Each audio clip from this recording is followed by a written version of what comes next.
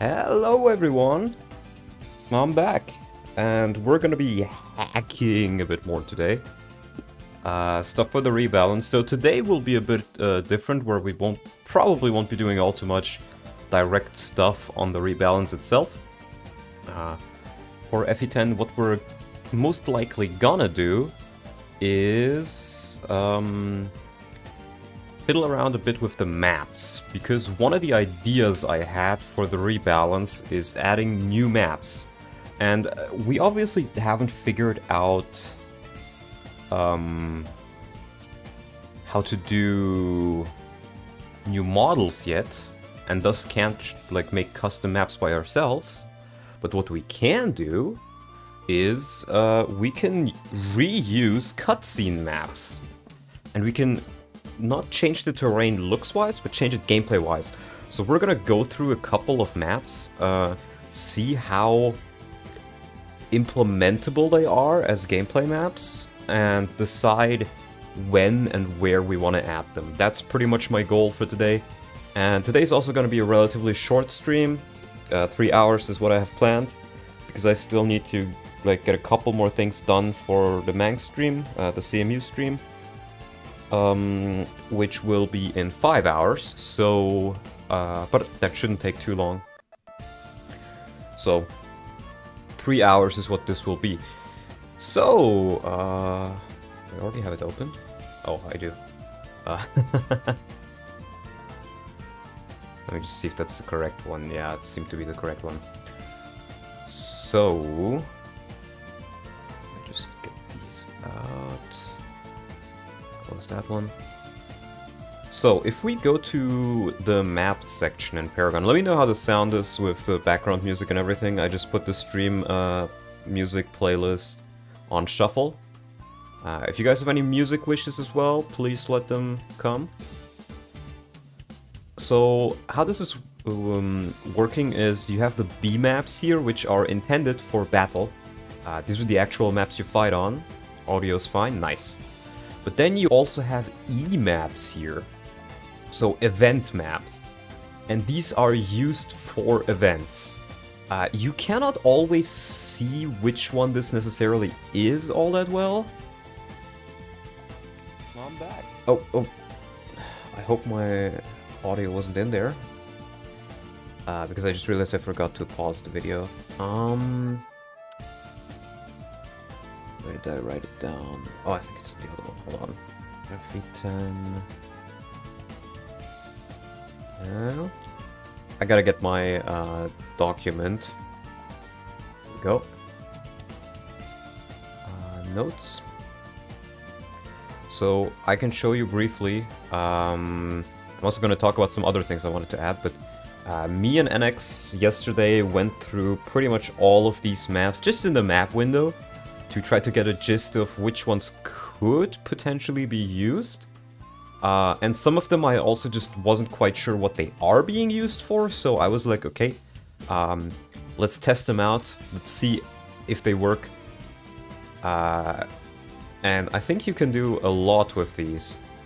Like, this for example is used during the Lucia execution cutscene, but you can make a small, like, additional map out of it, where you have a very limited time and you need to like rescue Lucia in time.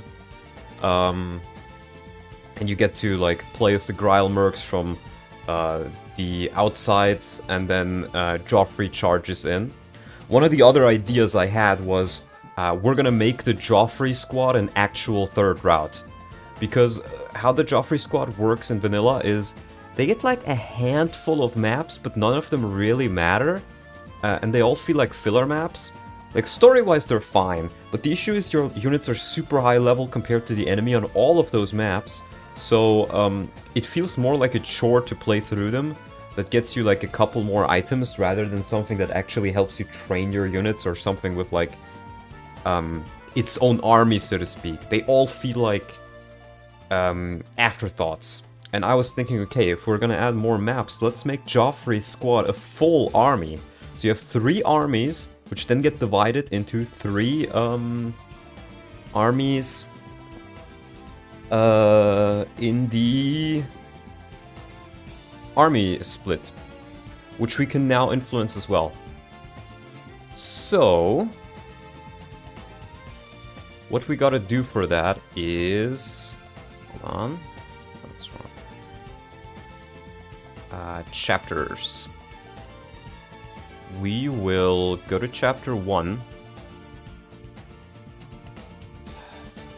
I'm not sure if this will work exactly like I have imagined. Let's just... Okay, map ID 1. Battle Z map, let's change this one. This should be the one that I need to change. I haven't fiddled around with this. This is going to be a fiddling stream. We're going to fiddle around with a lot of the maps. So we're going to change this to EMAP 102A. And hopefully that alone should work to place us on that map instead. Without saying much, the stuff we worked on looks good in game. Okay, good. So we're gonna save that and give it a test. Testing ROM, my beloved. Also figured out how you can speed up. Alright, I need to delete a file. Let's delete this one. Let's do art.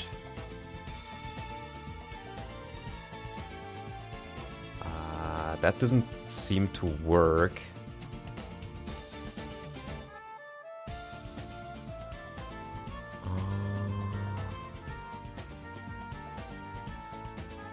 Wait a minute. I think I know what could be the issue, because it keeps resetting for me. Close. Edit. No, the path is correct.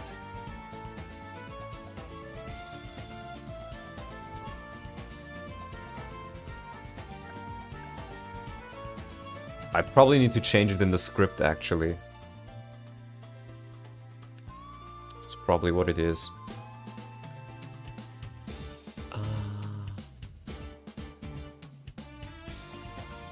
Because the whole thing that plays, yeah, event start battle map 1. Let's dispose. Probably need to call it here somewhere. Here, map load. So instead of map load bmap, let me like comment this out.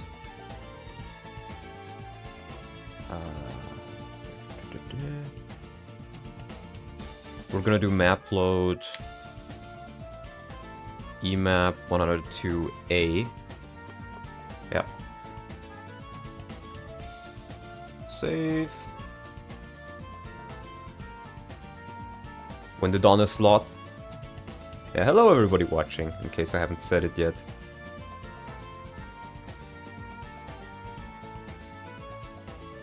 Oh. Fantastic, we won, Micaiah. No! Well, the map is here.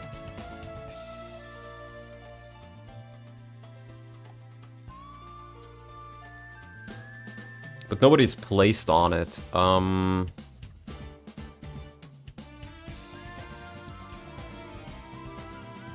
How do I best do this? Wait, is it maybe because of my event? GF complete.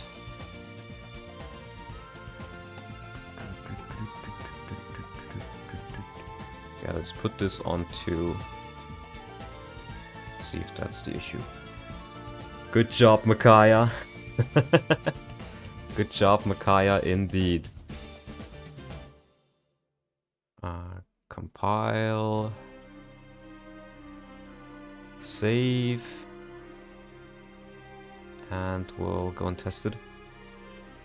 Because I think the way the chapter works is it looks at like, oh, is Pugo alive? But Pugo is not on the map. So it may just autocomplete because, well, Pugo is considered dead. Yeah. So, what I could try doing is...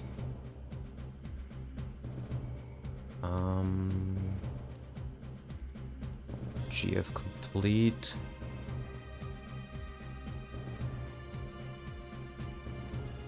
Is show version, is private view version. Okay. It's probably for some show they did. Event key red.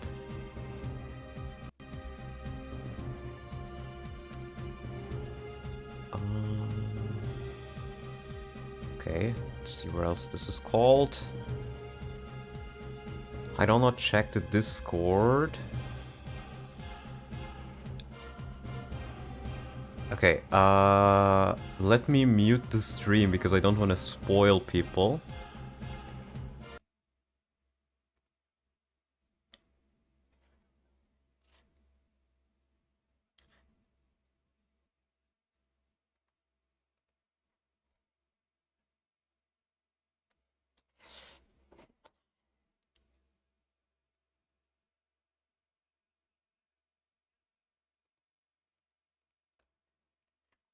Try it. Okay, I just got to answer to a very important message.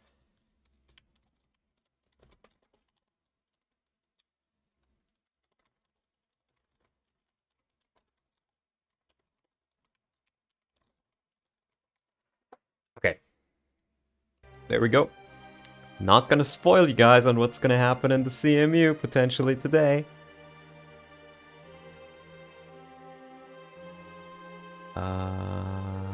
Yeah. Okay.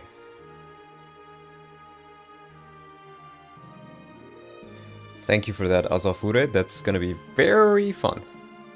Is it funny? I made a video that I think will be funny. If event key red, then anon fn. Okay, anon fn for anon fn 4 initiates the entire battle map.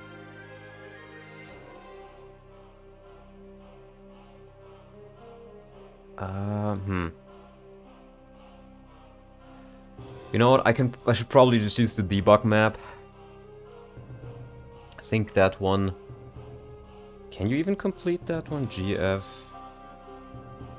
complete. Yeah. Yeah, you know what? Let's use the debug map instead. That might just be easier. Which is this one. So, chapters. To change the order in which maps appear, you simply change the map ID. 0 gets ignored, and 0 is the debug map. Here. Chapter Z map. So we use E map 01028. And then let me briefly go through this to see if any map is called here as well. Talk event. Gmap is something else that's not relevant. Here, map load.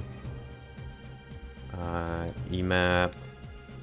Let me probably. Oh. Do this and then comment this one out so I have the original. And then I should have a testing environment set up. Yeah. A complete GF, count me in. That's what the game uses to say, finish the chapter. I'm not quite sure why they call it GF complete. Game function complete, maybe? But GF complete sounds funny. Okay, right, so we're gonna do this. Compile. And save. Go, save. Testing. Yeah. It loads the map. Okay, but that's fine actually. I don't need to be able to move on the map. What I need to be able to do is look around on it, and I can do that with the...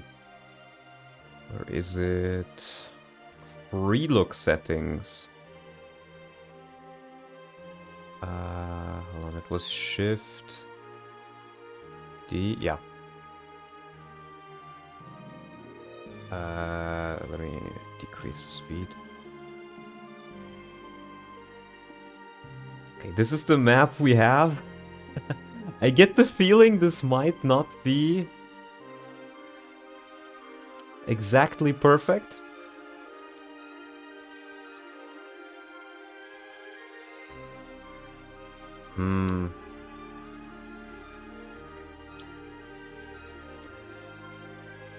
Yeah, I don't think this is workable as a map.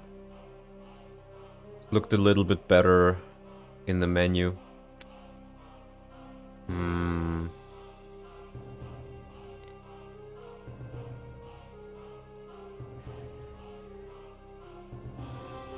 Yeah, we cooked up a nice little new thing for the next CMU stream, and I'm talking not just the funny cutscene I made, but also some nice new cosmetics with the palette theme that you will be able to see. And I'm gonna be completely honest with you guys. I think Mags is just gonna start playing the maps, and everybody is gonna go, yo, new thing. And then Max is like, huh? What are you guys talking about? What are you guys talking about? Like, oh yeah, new thing! He's just not gonna notice it at all, I think. Because that's like the first thing, like sometimes, I don't know, he's not super attentive sometimes when it comes to those things. Which, to be fair, you know, we put a lot of effort into it, and we know it's there, obviously. But if you're a new player and you're not expecting it, it can catch you off guard. So, this one seems to not work. He won't notice it until chat notices it. It seems like it. So, let's put that down. Probably doesn't work.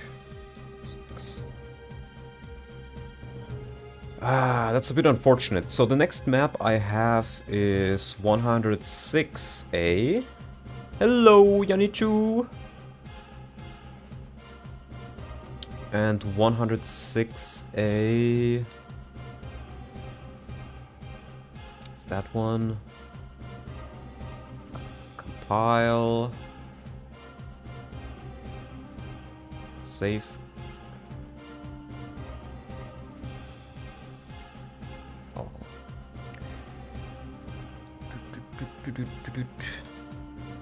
Max Boomer eyesight probably can't handle the changes. No, it's not that it can't. It's not his eyesight. It's just like, oh, okay. Am I doing something wrong by also changing the Z map? Could that be it? Because this is, I'm pretty sure this is the map where you get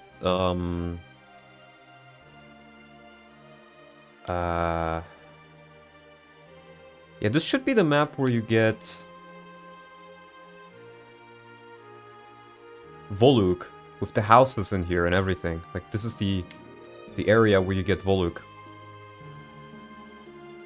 I might be doing something wrong by including the Z maps in there. Hold on.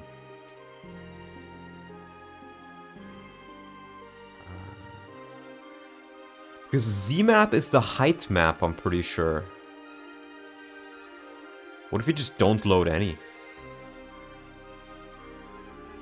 Because I don't think there's anything else in here.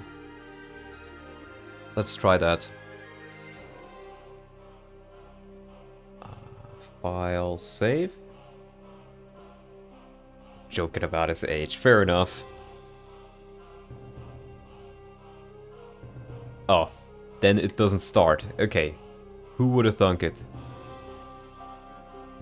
So we definitely need a Z map.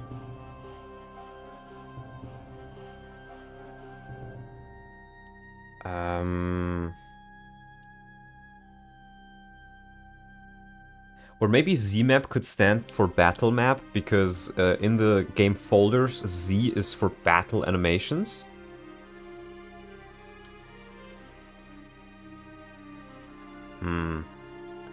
What if I just change it back to what it was before, which is bmap 0000?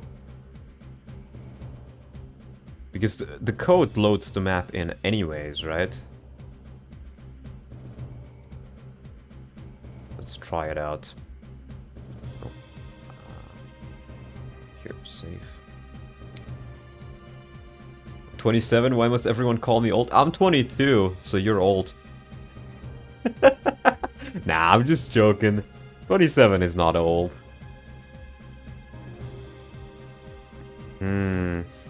This still seems like the same map, but like in-game, there's houses here. When you're on the cutscene map.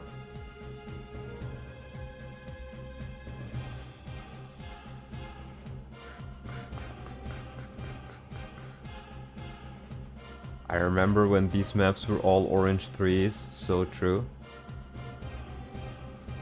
If we take a look at this, 106A. Yeah, see, this is just empty desert sand, so that, like, fits. If you take a look around here, it says tile house and everything. Tile, spawn Nyla, spawn Raphael, spawn Voluk, spawn Nikaya, spawn Soph.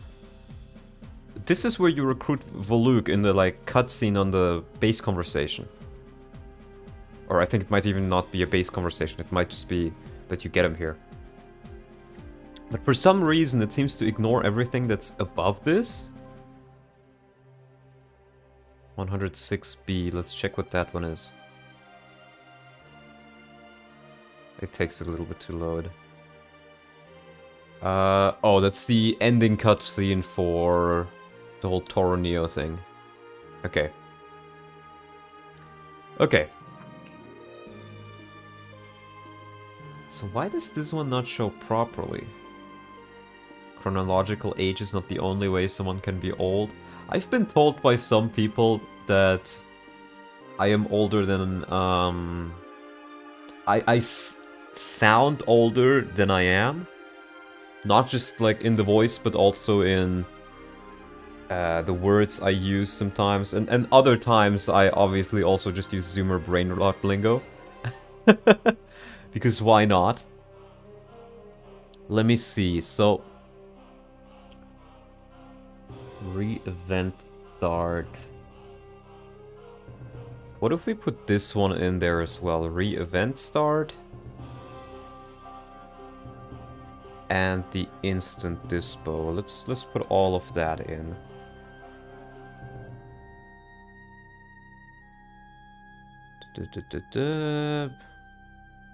Voluk.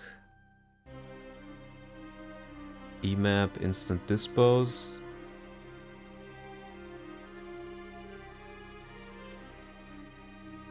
Emap. It all calls for the emap. There's so many events here. I think this is the one I'm thinking of, but this one also just seems to... Huh.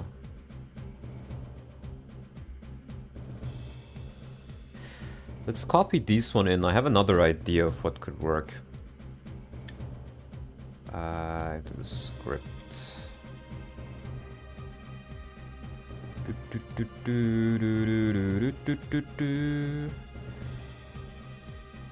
Let's comment these ones out.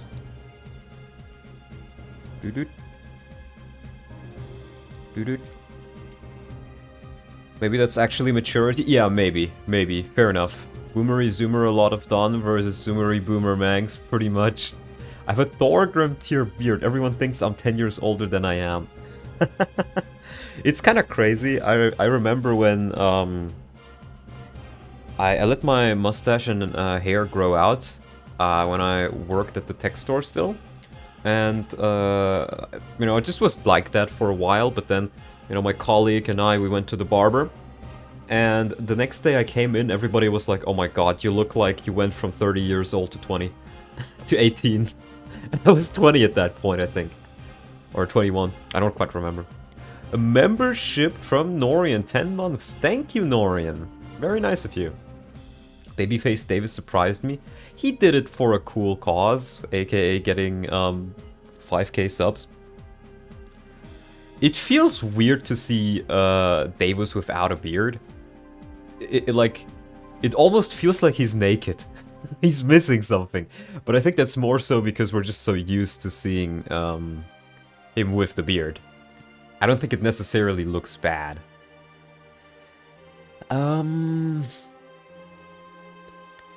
Yeah, okay, instant dispose. We compile this. Let's see if that works again. I just shaved today. Well, I think I'm gonna let my beard grow out a bit more. Or like, beard, mustache, whatever. Grow out a little bit more.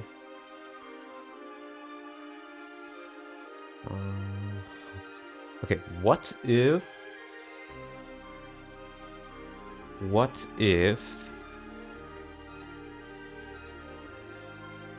And this was the other idea I had that could still work. Gathering Hope... The Lost Heir, that's the one. We're gonna take the Z map of this. And put it in here. And we'll see if that works. Close that one. We'll see if that one works. Looks fine. It just feels wrong because we're not used to shave as G yet. Yeah. Yeah. That's pretty much what I think as well. Just gotta get used to it a bit more. Shave for the summer. Yeah, that's honestly always a good thing to do.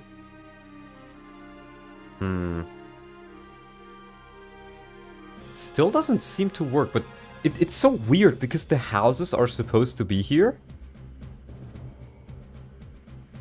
See, I have a theory that I'm not quite sure is true, but I haven't been able to 100% confirm it yet. Because my theory was, the idea we had at first was the way maps worked is it's just one big 3D model, right? And that could make sense. It could very well be that they just make one big 3D model and then they insert it as the map. But the other idea that recently came to me was maybe they actually don't do that. Maybe they take tiles and have kind of like a map editor in their in-house, you know, tools with which they make the maps. And the only thing that the game does, or maybe they have like a list of possible tiles, a list of possible models, and what they do is they just tell the game in a script, this model is here, that model is there, this model is at this height. And when I looked into the hex data for the map, B-maps, it seemed to be like that. From what I could tell. Let's open up imhex. Let's see, recent... Ooh, I hope I made a... I don't think I made a thing for that. Hold on, let me just check. Testing... Original data, data files... It should be in... Where is it? Is it Gmap? It's not Gmap. That's for the narration cutscenes. Zmap. Yeah. So we're looking at 106. Which one did I test again? Was it... I tested it on one of the B maps. Here, Hex Project. If we take a look at this in our Hex editor... Oh, I didn't make... Wait. Didn't make bookmarks? Did it not save my bookmarks?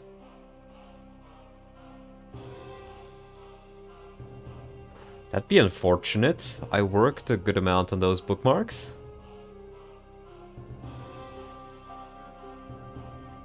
Yeah, it does seem to be like that, though. So, but I can still tell you what I ended up finding here was... you have a bunch of data in here. And part of the data is... Hold on, I think I have a file for it somewhere here. Map.txt, yeah.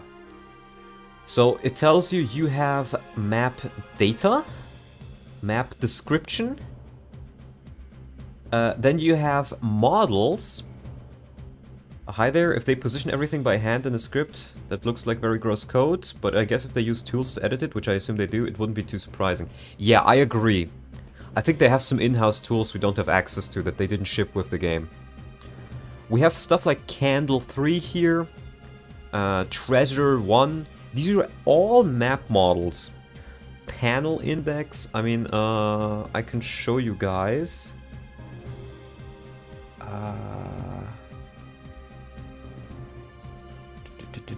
It was in this tower. From... Hello, from...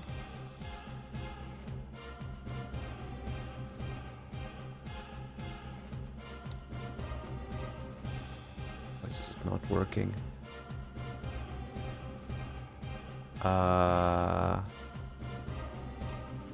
Discord search function, please? No? Okay. Maybe it's because I'm on streamer mode. But it should be just a bit further up. Yeah. So... I've been doing a little bit of testing here beforehand. And I figured out you can change the size of the background maps, for example. So you can have and FE, but that's like besides the point. What I did find out is I fiddled around with the lighting, and there is definitely some code that affects the lighting. And there is also, you can add gameplay changes. Like in this one, I made most of the map be snowfields via the hex editing. So you can change the gameplay, but you can also do this in the script, so it's not really that big of a deal. But it also affects the Z map. This was when I edited the panels, I think. And I think anything that says panel has to do with the tiles you move onto. Be it the blue tiles, the red attack tiles, stuff like that. Yeah. Yeah, this is panel index. Hello Dawnlord, how are you? I'm doing alright. I'm doing alright. But did I really not save the hex? Oh no, it's in here. I was looking at the wrong file. I don't know why I had a different file in there loaded as well. Now it makes sense. I did not forget. So, I have a couple of bookmarks here. This one... Something specific. I don't think this one is necessary. I think I can just delete this one.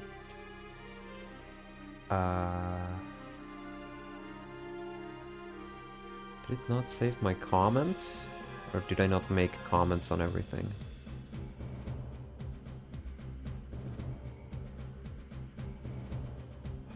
Didn't save my comments? What is this shit, bro? It didn't save all of my comments, it seems. That's so weird. Yeah, but I essentially put a list of like what is actually in here.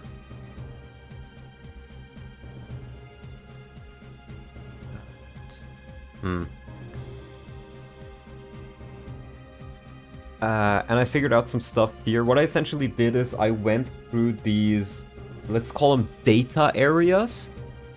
And I looked at, okay, if I put this to 0, what happens? If I put this to FF, what happens? If I, like, take some data from this one and change it with some other data, I know what happens. Right? And there were a couple of things I found out, and they should be in here, but I guess they're not. Maybe it didn't save the Hex project correctly.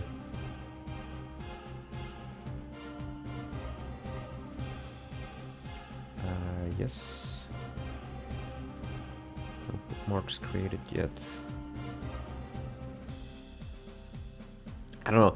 I kind of like this Hex editor, but the big issue I have with it is that it's very unstable. Yeah, I don't think I have... That's unfortunate. Oh well, holy fuck numbers, numbers indeed. So, but what I figured out is, I think that they are made in a collection of indexes, and the indexes correspond to something. Oh, that's too many numbers. What do the numbers mean, Mason? I know what some of them mean. And what I figured out, for example, like 2547, if we take a look at the text...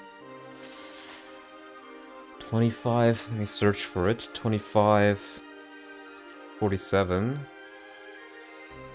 Do you know any coding languages? None. Well, oh, F7, not 47. It is kind of like, I don't have any education in proper coding, but I like game modding, so I fiddled around with a bunch of modding and got some knowledge through that. But I actually know most things about like hex editing and ASM. Like ASM I also don't know that much about, like way less than hex editing.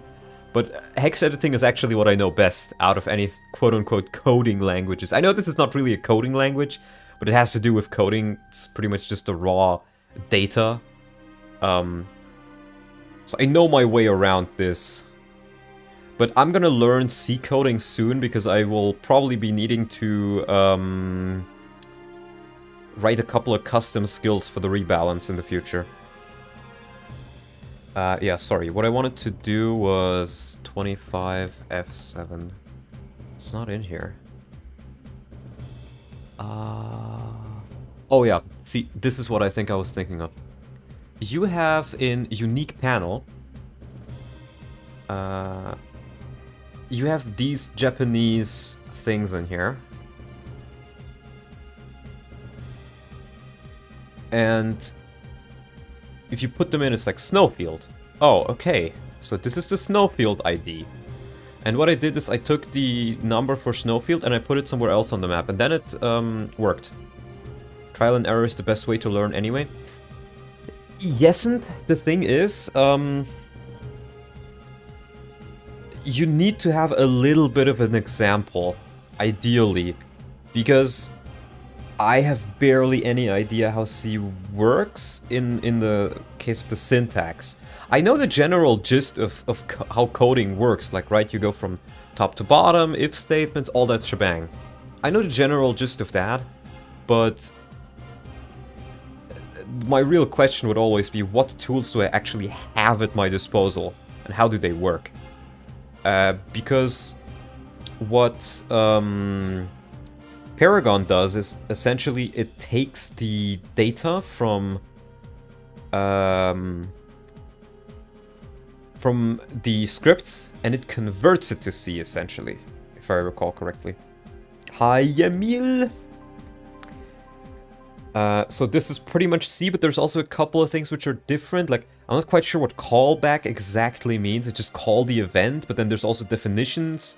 And as you can see, the variables they use, they're never, like, named. Because we probably just don't know the name of them, or maybe they decided to just make it V1 and stuff. I'm pretty sure you can change these for actual names and it works. So, yeah, what I'm honestly waiting for is, I really hope that Vicious Sal makes a very small custom skill or custom item effect video where he just shows off, like, what are the basic tools at your disposal. I know you have, like, an all functions list. I'm not gonna open it because it, like, gives you an extra error window when you try to compile. But, I know you can use the functions from there, but it would just be nice to know a little bit more. Are you gonna make Meg good? Yes, Meg is already good. I have already changed Meg. Today I just mainly want to try to fiddle around with the map stuff. But let's try getting back into the chapter menu. So, I'm pretty sure these do have models on them normally, don't they? Might be a little bit loud. No, it works. Had to learn some Python for mapping software in my research. It was a slog. Yeah. I've looked a little bit into Python as well, because Lex Tolionis uses it. And I can kind of wrap my head around it. But if you work, like the thing is, if you work on Lex Tolionis, you're working on one big engine, if you do engine hacks. And there's so many like things that work together. Like where one thing relies on the other, and the other thing relies on that thing, and it's such a big thing that you need to wrap your head around. Especially, I feel like if you have learned one coding language, learning any other one is much easier, because the general structure, or well, not the general structure, but the general idea behind it is pretty much always the same. It's just the syntax they use is different, and maybe how they display things is different. And some internal stuff as well. You know, some code is more optimized than others when compiling. Okay. Not sure what language Paragon seems to give you, but yeah, you should be able to change variable names and have it work all the same. Paragon uses C as far as I know. I'm not 100% sure, but I think this is C. OpenStax was my best friend for a while. Is that for questions? Like coding questions?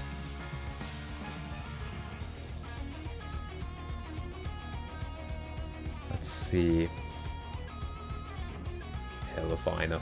Like, what you guys gotta realize is, again, I have no education in this kind of thing. I'm just doing it as a hobby and because I think it's cool. And want to learn stuff.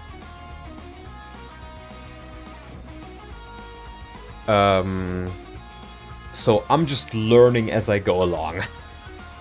Also, in my base for this is experience in other languages. Callbacks are generally just pieces of code that are triggered by events, which I guess is what is defined in the brackets. I see. So it's literally just trigger this code, trigger what is in the brackets. I see. And the condition for triggering it.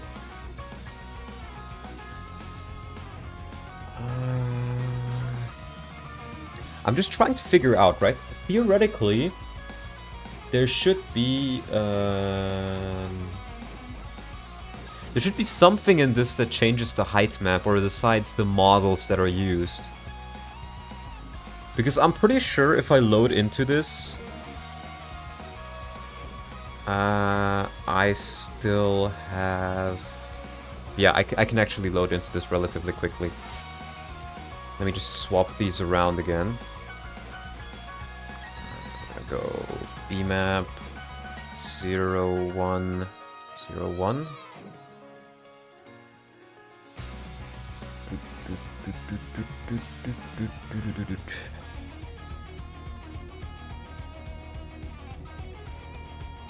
Because I have autocomplete chapter stuff.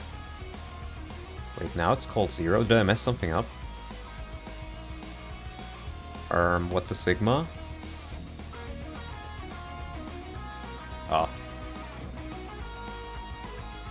Oh, right, I need to change the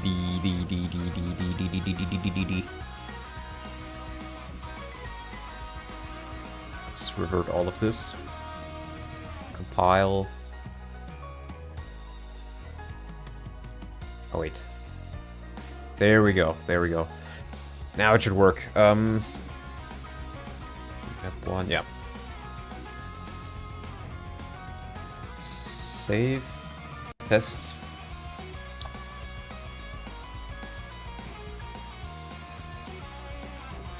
Okay. Okay, there's definitely something going wrong. This is supposed to just be the very first chapter, but it's not loading anything past a certain height. It's not loading any special models. What the fuck did I do?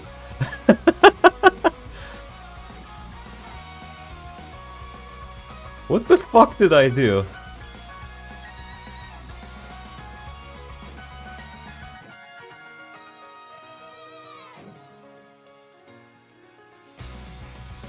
Huh?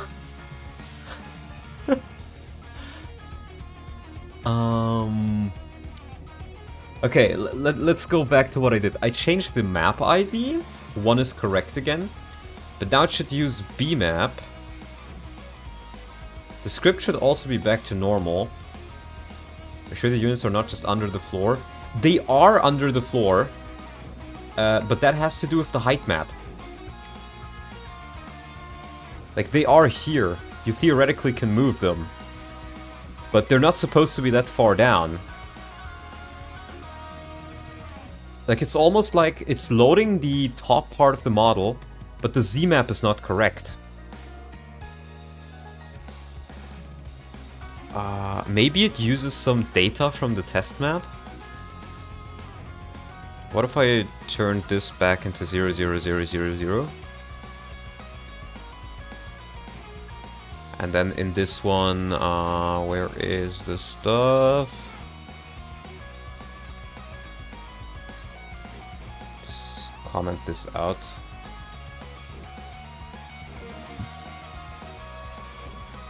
And uncomment this. Maybe it calls for some stuff in here?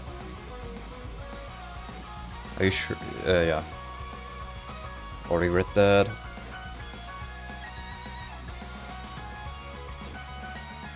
Like, it tries to use the Z-map for the previous map?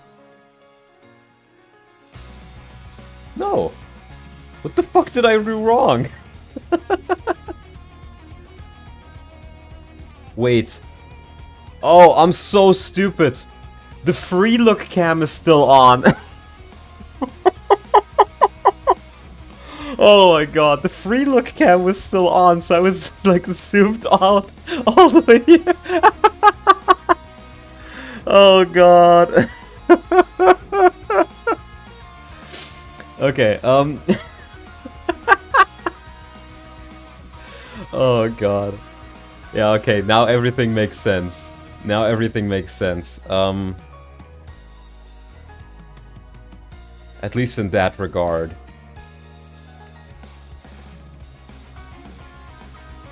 Bro. Yeah, at least works fine now.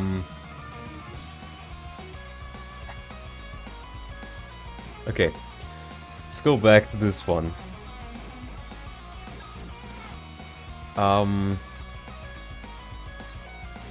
We load this map back in again.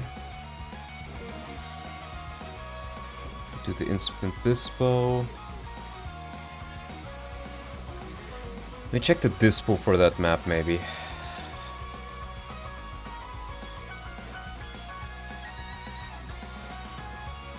OP2C. Should load Micaiah. I think I need to change her flag here. Hiya, Ronlot, what's up? Not much, my friend. I'm just... Yeah, I'm pretty sure it needs to be 48 with this bow to make sure that she is the hero we need. So we'll put this into 2.8.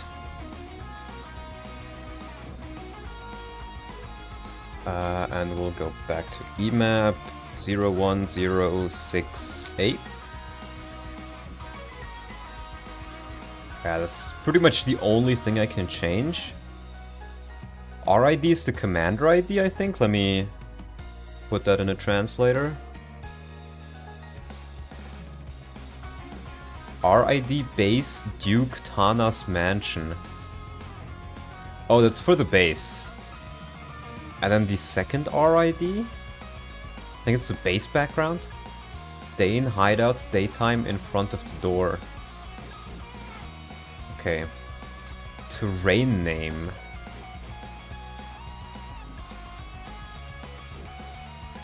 Ooh. Maybe I need to change terrain name. Duke Tanas is based? Town. Background.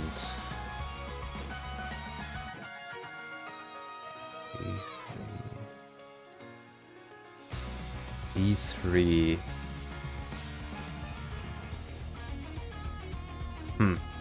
It's probably the images that they show for base convo background. I would think so as well, but those are actually called in the script. But you know what I can do is I can just take the terrain name here, maybe? And change it here. Gotta change the ID back. 0.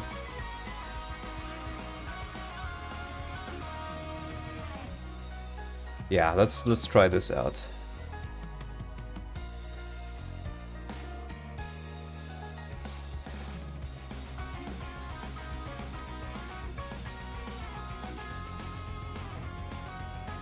Oh, now just speeding up. Okay, okay. Now it works. Now it works. I'm not quite sure. Wait, let me see if it is actually the terrain stuff you need to change. Or if it was something else I did. Like the Micaiah thing. Let's change this one back to... what was it? BE3? Was that what it was? Let me maybe look back into the video.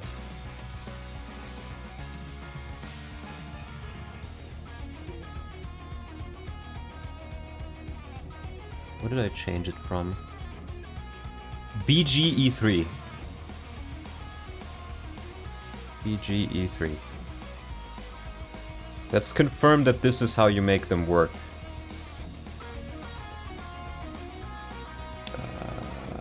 El Dolphin.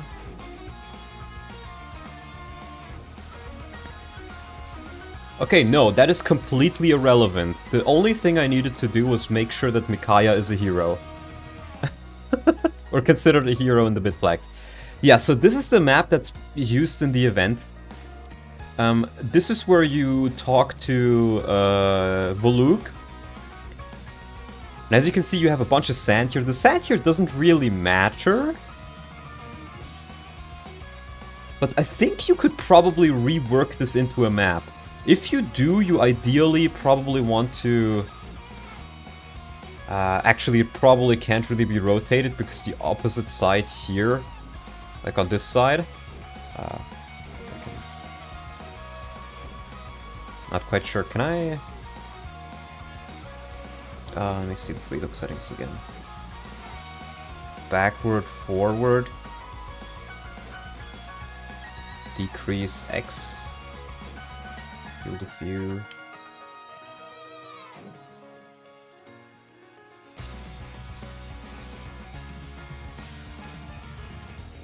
I want to see if they have a background model. If I could potentially... I guess I would need to check. In any case, this map can probably be used. It would work better as a place you attack rather than defend. That could work. The only thing that's a little bit iffy is, as you can see, there's like just orange below this. I would essentially need to make it so that you are never able to see the orange bits. Which is probably easier if... Oh, it's probably gonna be pretty hard. I can change the gameplay of these tiles. But what is really important is... You can see this is different heights. There's different... It has a height map for all of these tiles. So if like move Micaiah like around here... Wait, what? Why does she not move? Okay. Okay. It seems like there's a little bit more that I need to change to get these to work. But the general the general thing I really want to do is I want to check through all of these maps and I want to see which ones work. Could work as a attack, defense, chapter, maybe. In that case, let us also check out EMAP, the other EMAP again. .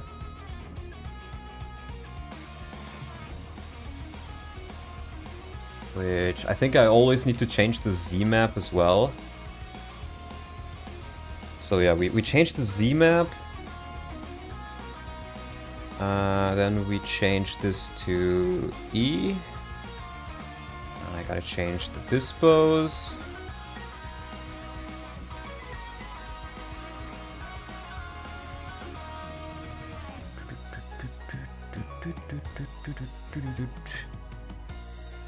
Nolan Mikayer. Okay, 48. Yeah, I should make her a hero.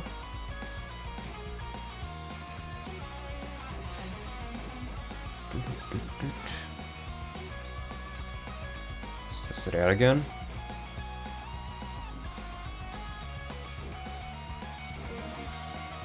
You also commented out a lot of things in the loading script, if I remember correctly. You might need to uncomment some of it for everything to work again.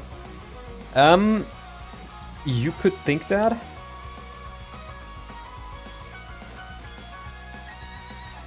You could think that, but...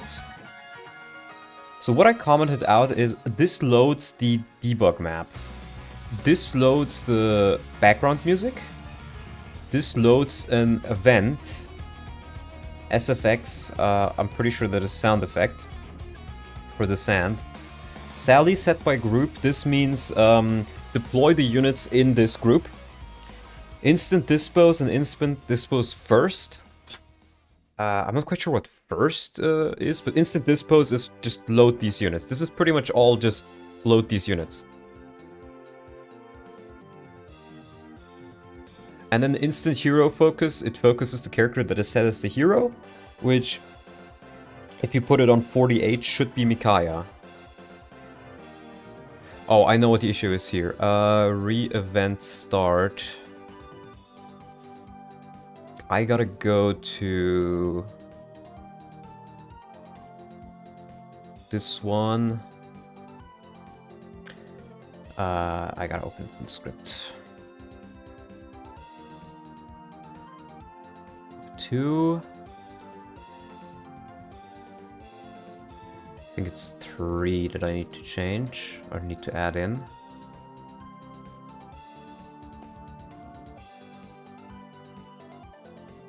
Which one was that?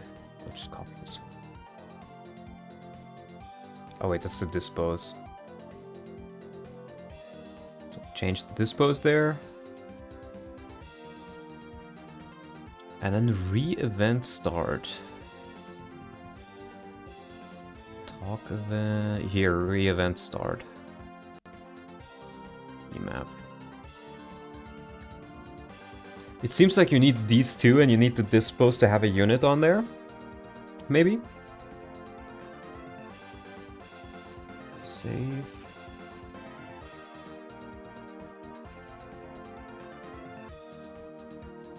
Let's see. Does it load? Enemy phase, enemy phase, enemy phase, enemy phase. I think I know what might be happening. As you can see, if I look at it from this perspective, that model is gone. If I look at it from this perspective, the model is here. What could be happening is that it places my cursor outside the map boundaries, where some models disappear if your cursor is there. If my cursor was placed correctly, then it wouldn't do that.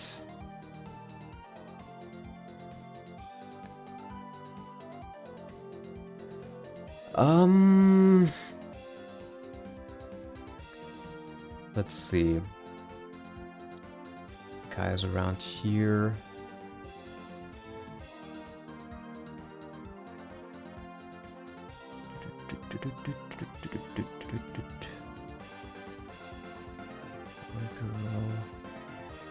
This is all Micaiah, so let's just put Micaiah closer to the middle here. This is where Nico gets shot, if I recall correctly. Let me also check my notes again. I made some notes about Okay, byte 2 dispo used. It's fine. Deployment status. Unit status. 48. Let me put this on 18. There's obviously more I need to do to make these maps playable. I need to like completely make up the dialogue. I need to completely make up the characters. I need to completely make up the script. But that thing is something I will not do today. I will just test these maps. Let's see if it maybe works now. Save. Wait, compile. Then save. I'm going to testing.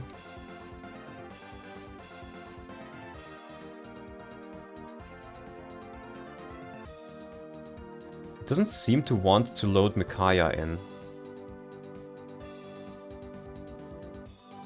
Why?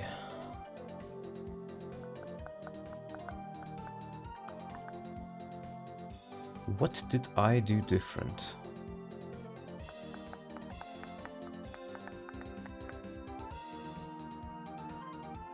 I changed the E-map? Maybe I do need to change the terrain?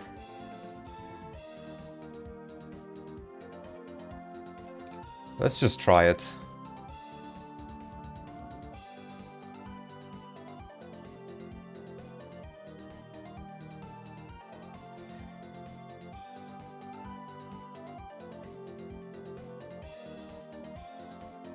Oh, it really doesn't want to spawn her in for some reason. Huh. Take another look at the map. Earlier you changed some number for Micaiah as well from 44 to 48. Yes, I changed it here as well. I can tell you what that number is.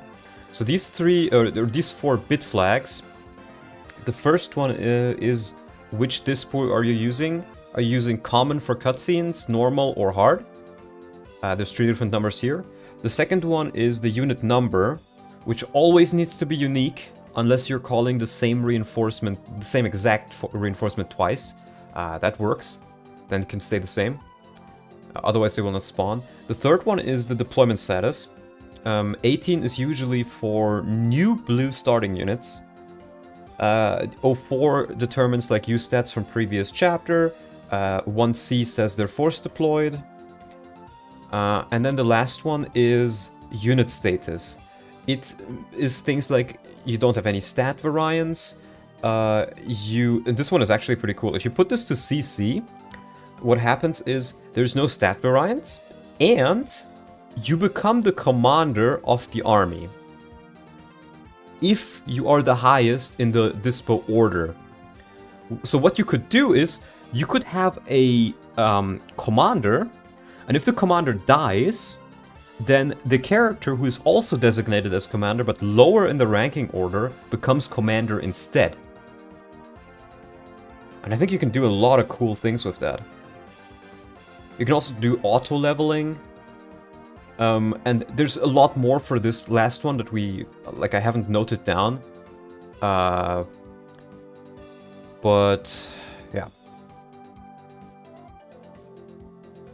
Oh. I know it's not working. I'm loading the wrong one in. It should be 2 and not 3. You could set up a literal chain of command. Yes. Yes, you literally can. And I can tell you guys, I had one really cool idea.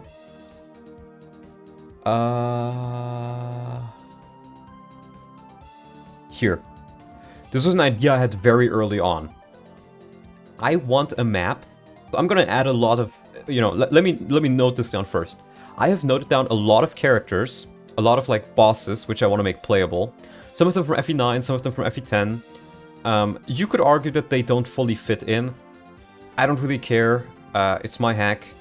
I'm gonna try to integrate them into the story somehow.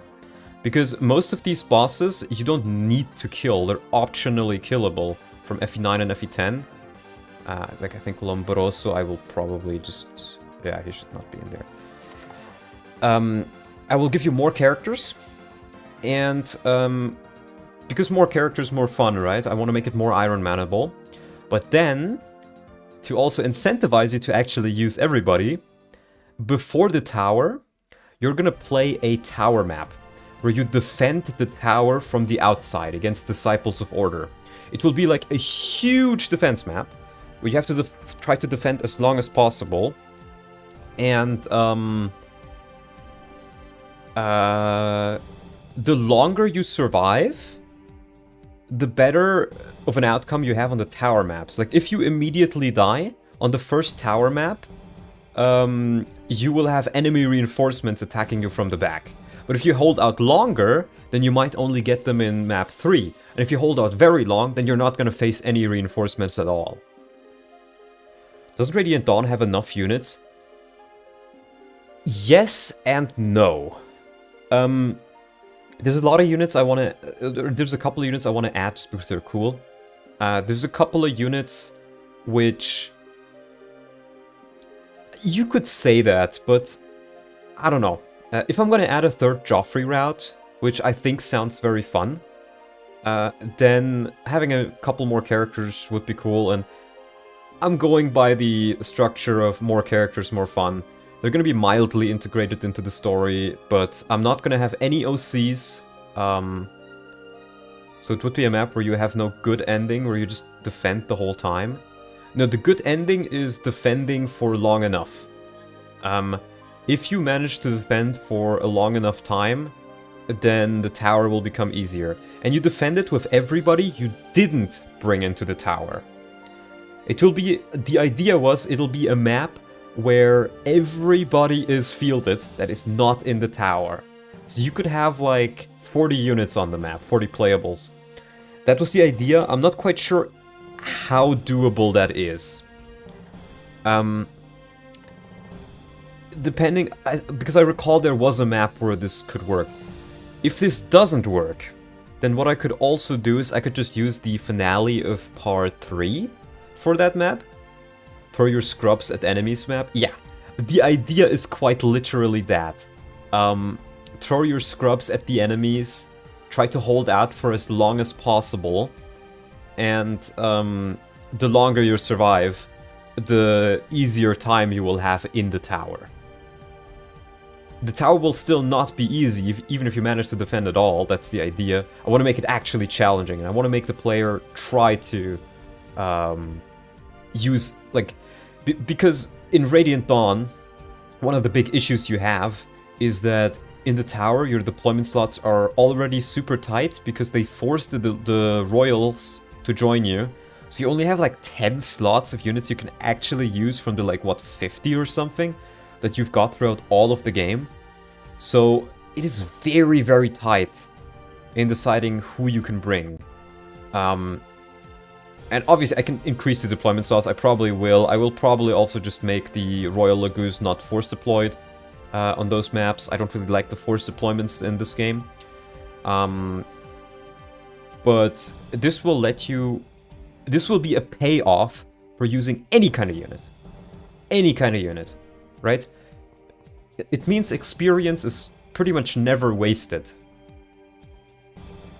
Like, at most you could say, okay, maybe the other character could have used it a bit better, but it's never completely wasted.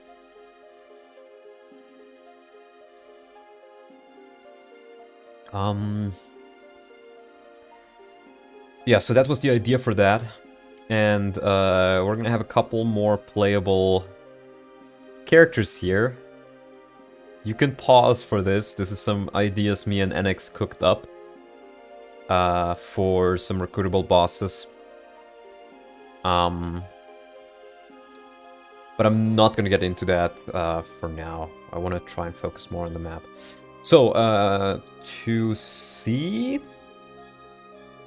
Did we... Yes, save, in case I didn't do that yet.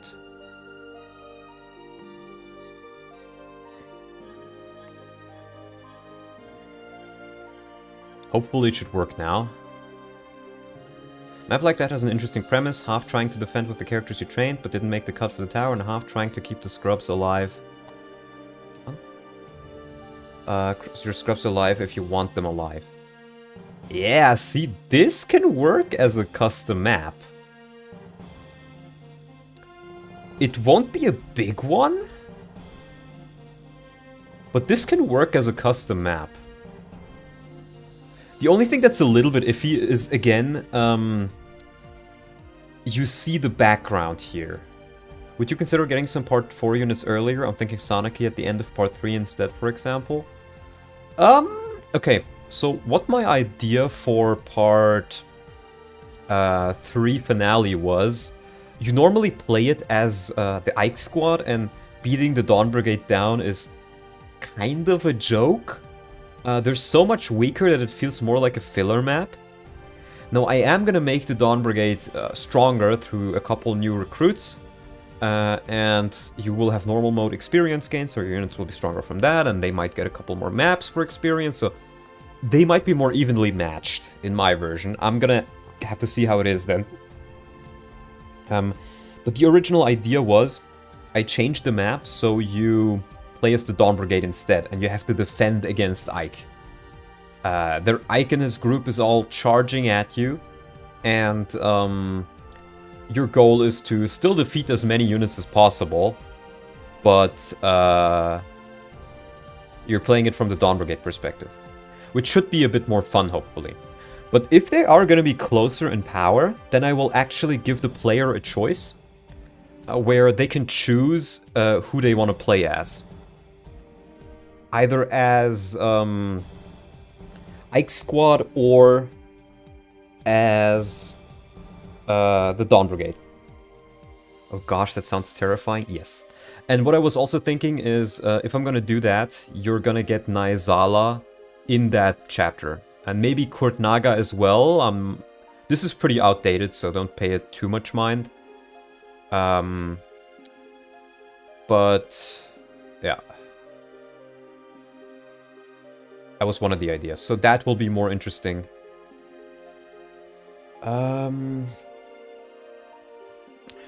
Okay, but I think this map could very well work. You have... this part kind of doesn't matter.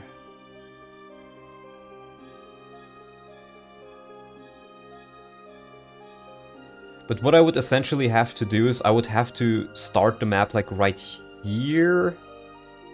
Maybe right here. Ideally here, because then you can't see the background. And of course it will not be the most exciting of maps from the layout. But you can work with this, I think. You could make like maybe a small defense map, or maybe Micaiah needs to punch through this to save Nico or something. I think this can work. Let me note it down.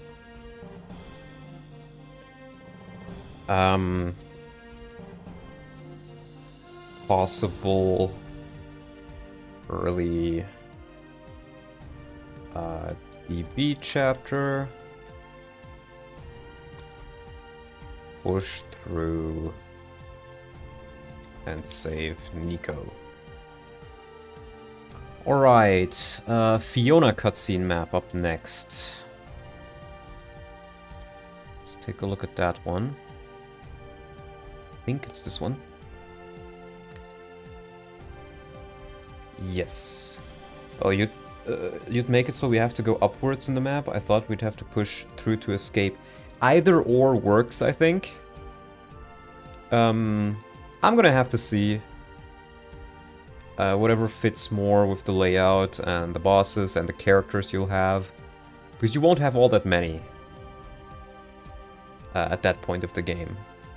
If I'm gonna actually put it immediately after the first one, then it will have...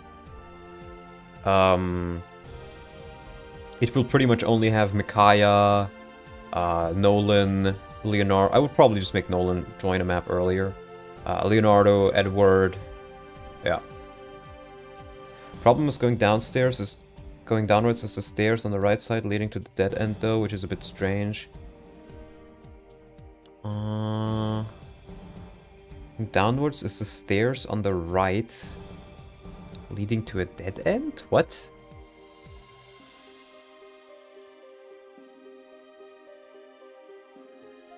I'm not quite sure I understand.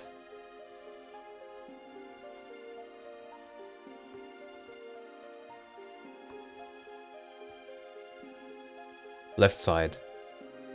Yeah, no, what I was considering is either you start here somewhere and you have to push forward, push upward, and escape through here. I think story-wise they start out here and they go downwards. So maybe it could also just be an escape map where you start here, and then you move downwards till like here, until you escape, and you have enemy units running after you.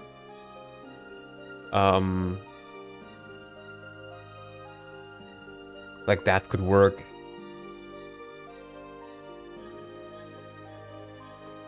There's something I can come up with. But the map generally works. My main idea is that...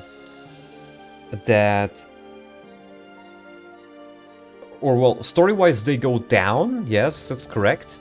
But then Nico gets shot, and then they come back. So you could make it both ways, really. If you really wanted to. But point in case, the main idea here is more so to see which maps are possibly playable, which ones I can possibly make playable, and which ones don't really work. Save Nico or escape. I pretty much just want to see which one of these would work. Right, next map. What's this one? I'm pretty sure I can just set Fiona here. Yeah, for an early map, it's not gonna be like the most exciting of maps, obviously, but I'm just trying to add a couple more maps in, get your units a little bit more experience, maybe. I don't know. Something like that. This map, and I can also just rework them and put them somewhere else in the story. Even if they're like smaller maps. Right, we'll do 48. It's super early game, so it doesn't have to be super exciting. Yeah, that's true. That's true. Yeah, we'll do this. And we'll go to EMAP 7A, the event 7A, and this is EMAP 7A OP1_C.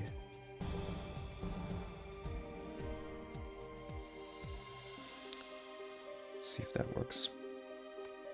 Compile, save. I'm not quite sure if I also need to necessarily change the chapter stuff, or if I can just...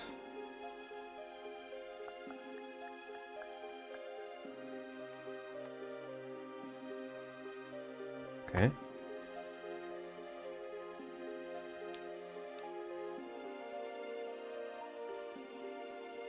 I think I may need to put Micaiah on that map. This is my testing version, so if I add anything in, it's not that big of a deal.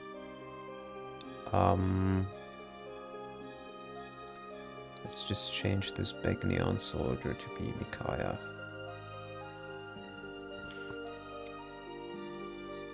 Micaiah 48 team player.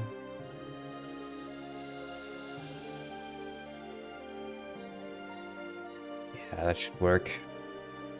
Or let's see if that works, rather.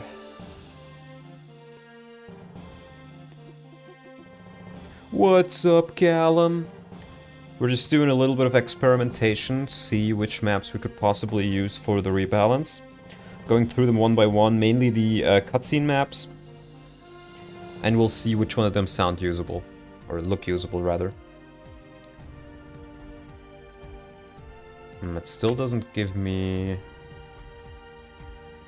Okay, let's check the map out here. It should be re-event start. Or R event start. Yeah, it is just emap 1.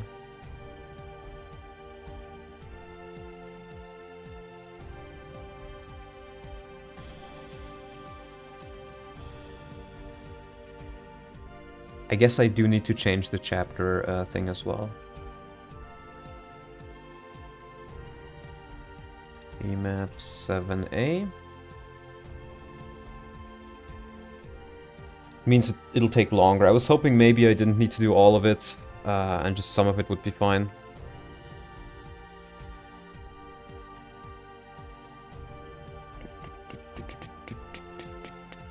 Does take a long while to load as well.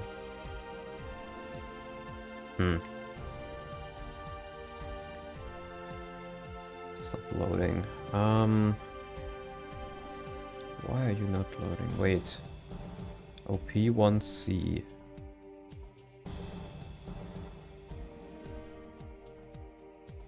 Oh, it's 01C. Coding, my beloved. I forgot. Yeah, okay. This is the map from the cutscene with Fiona. It's rather big. You could maybe rework this into one of Joffrey's maps. I could see that working. Where you maybe have to defend this town or something.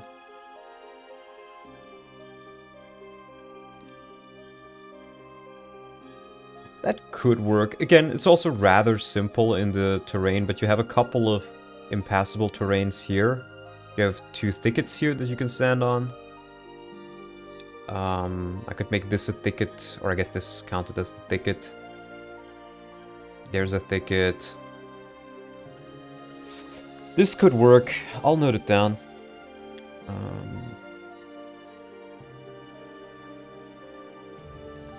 Could work as a Joffrey defense map.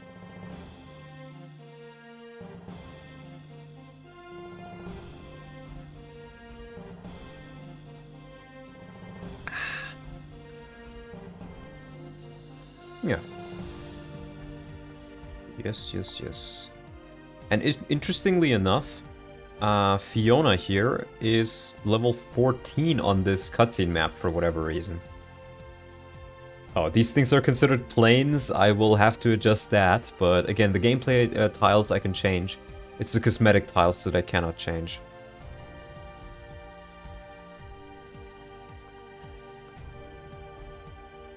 Okay, next up is...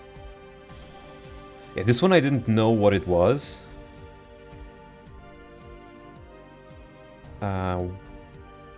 107B? It's like you have Micaiah and Soph here. And there's desert sand and a couple of plains tiles and miscellaneous. I really wasn't sure what this was. So... let's change this to B.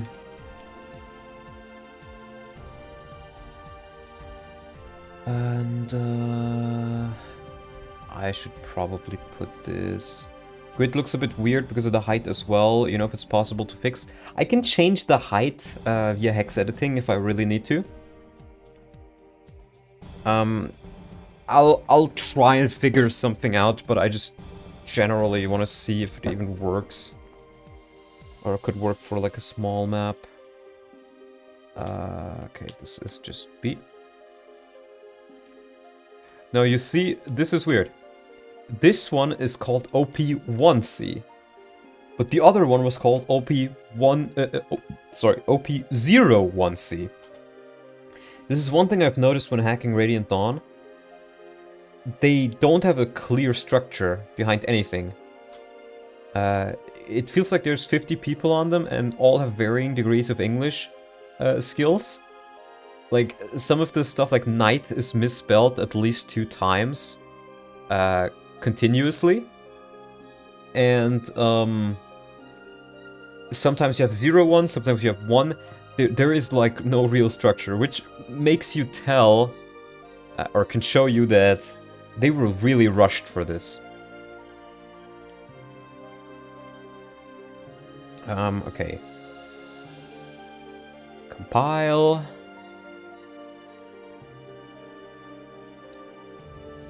Let's change this. Testing. Check the Discord for final version of things, or distracted from stream, but I'll have to do 2 to 2. Okay. I'll do that, no problem. I just got muted for a second again.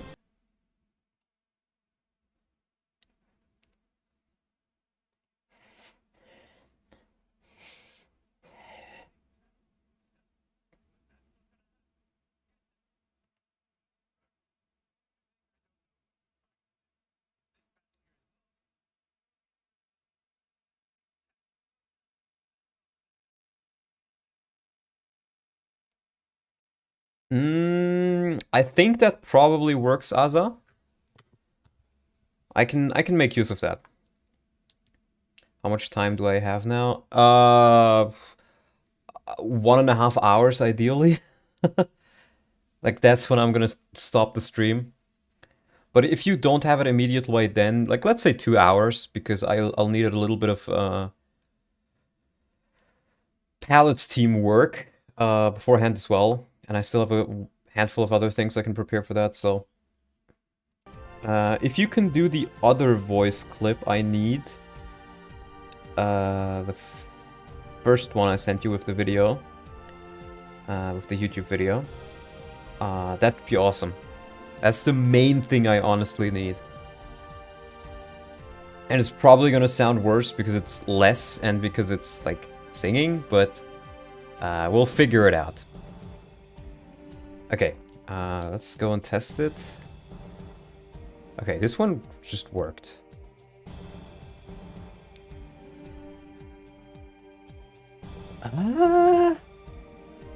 Yeah, thank you, Aza. You're really helping me out there. Desert sand. I'm gonna be honest, I don't even remember this map. Is this ever actually used? If you need anything else on that regard, I just bought a subscription for a week. Oh god, thank you, thank you. Oh, thank you. That is very helpful. Do you guys think this could work into, like, anything really?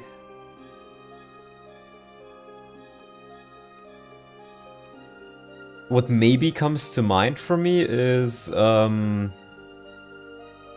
maybe this could be an additional map for, like, Torneo's squad? Because I don't recall this map ever actually being used in that chapter. I think it's used for, like, a war council where you see Micaiah run into a tent or something. Not sure if it would work as a battle map. Yeah.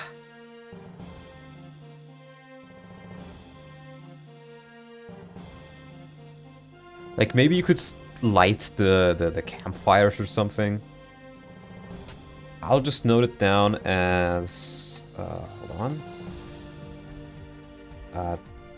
Tent, small camp, and campfires and desert. Small map, maybe.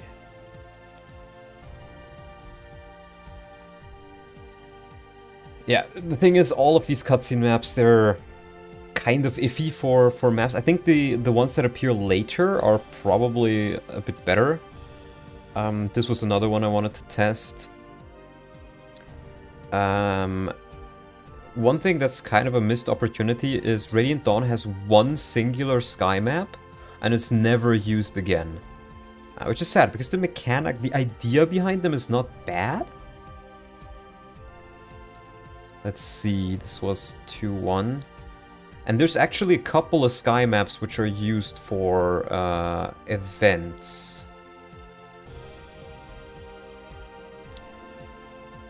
So, hold on. Valencia. Gonna load EMAP. So I wanted to see if those are possibly doable as well. Went through all the maps and still have to make a video about it. Okay. Well, I'm still gonna go through them myself here. Because I'm not quite sure when that video of yours will make it out. OP1... See, here it's 0-1 again. Compile... Have you found the GBA sprite map yet? No, not yet. Not yet. I'm also not going through all of them because it takes a bit to go through them. How am I doing? I'm doing alright. Yeah, I gotta change that. Afraid I have to go. Good luck with your edits. Alright, thank you for being in the streams, Tom. See you next time. Alright, let's see what this map looks like. Wait. This isn't the sky map? This isn't the sky map?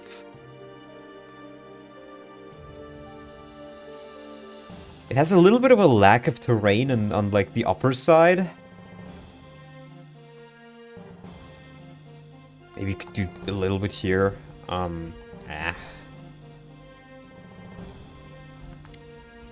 It's a ground map before she goes into the sky. Yeah. I'll still note it down. Found the way to edit maps? No, not directly. We found a way to use maps. Everything outside of the camera is often just not filled with tickets, etc. Yeah, it makes sense. What's below the sky map? Yeah. I can send you a list of the worthwhile ones. If you could do that, that'd be great. If you have images of them, that would be even greater. Because then I can also do some other things on this. Sky map. Cutscene on the ground. So this is not an additional sky map. I don't know, small skirmish, maybe.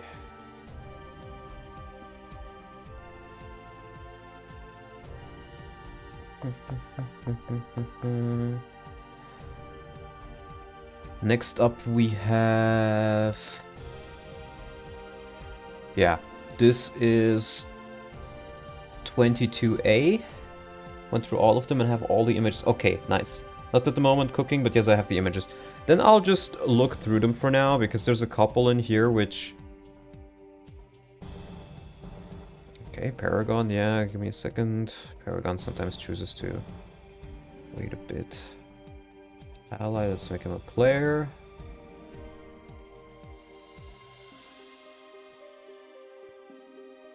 With map name as a tag as well. Okay, in that case I'm actually gonna look through just this one more map, and then I'll just continue a little bit of work on the rebalances, because you've essentially saved me a lot of work on looking at the maps then. Yeah, so the thing with this one is, it seems like it's the same as the map where you get Brahm and Nephany, but I just was curious why it was there. I guess maybe for a cutscene, but let me try it out regardless. See if there's any difference to it, like any noticeable difference. 0 run C, 2A, 2A. Compile. I don't think there is, honestly. Let's see. Yeah, this is literally just the exact same map. I was thinking maybe there's like the playable bounds are a little bit further, or... Oh, it has these things on the map. The weapons. But other than that, it's the same exact map. Well, in that case, let's close this down. If Sal is gonna send me the maps, the images of the maps in, that would be pretty nice. In that case, let's do some actual work on the rebalance. Let's close this all down. Save, close. Go on to rebalance. Citizen with an S. Yeah, it's stuff like that, where you notice that they're not native English speakers, so they have a couple of typos quite often. Right, so a couple of changes I am making for the rebalance. I can talk about those a little bit, I guess. Let me just pull this up on the second screen. So... map. Actually, I can best show you the... where is it? I sent it to NX, I'm pretty sure. Right. This is one of the base... Okay, you know what? Let me actually not show the DMs, even if you don't see the names. Let me just paste it. That's probably better. I can show you like this. Yeah. So... Yes, continue watching. Stop pausing it. So, one of the characters that is going to be added is this boss from FE9, Haveti. This is where I'm going to start adding a couple of bosses. So, this guy is going to join you on the map where you get Meg. And he will be a Brigand. Brigands now have an entire class tree. They start as goons, then they become Brigands, and then they become Berserkers. And the reason why I wanted to have him in was I really wanted the Dawn Brigade to have a replacement thief, to make it a little bit more Iron Man friendly. We need his theme as well, and I can probably arrange that. And I thought Berserkers were cool. I'm probably just going to edit the bandit sprite to look a little bit more berserkery. I'm also going to take a look at if I can maybe get some FE9 models in somehow. I think Sal mentioned before that it doesn't quite work like that. You can't just like insert them one-to-one, but I'll do a little bit of fiddling with it and see if I can make something work for the models. In any case, this guy is now recruitable, and what I came up with... I'm gonna make like a small... I'm gonna integrate them into the story somewhat, because I don't just want them to appear out of nowhere and suddenly join you. But I'm not gonna do any like Shadow Lord stuff or like add any OCs. OCs are completely banned. They have to be... they have to be characters that are in the world already, and they have to be character that I could possibly see surviving somehow, which means they can theoretically die on the map, even though most of them don't, of the ones I selected. But, you know, you can just say, okay, they got defeated, they got imprisoned. Most of the bosses don't outright say, okay, I'm dying, you know? Or you could just say, okay, they were rescued. You can walk around that. Again, this is not really a like... 100% serious thing. I'm gonna try to integrate it somewhat into the story, and you could say maybe some of these bosses don't really fit in. But again, this is just my gameplay patch, pretty much. With a couple of extra additions that I want to integrate a little bit into the story. So I think it's fine. And my idea for this was, you have Nolan getting him as a guide for the desert. Because Nolan used to be an old merchant back in the day, and I could see that they used to be like friends or something. I don't know. So it starts out here where Soph is like, okay, this is where Nolan said to meet him. Ah, Soph, there you are, right on time.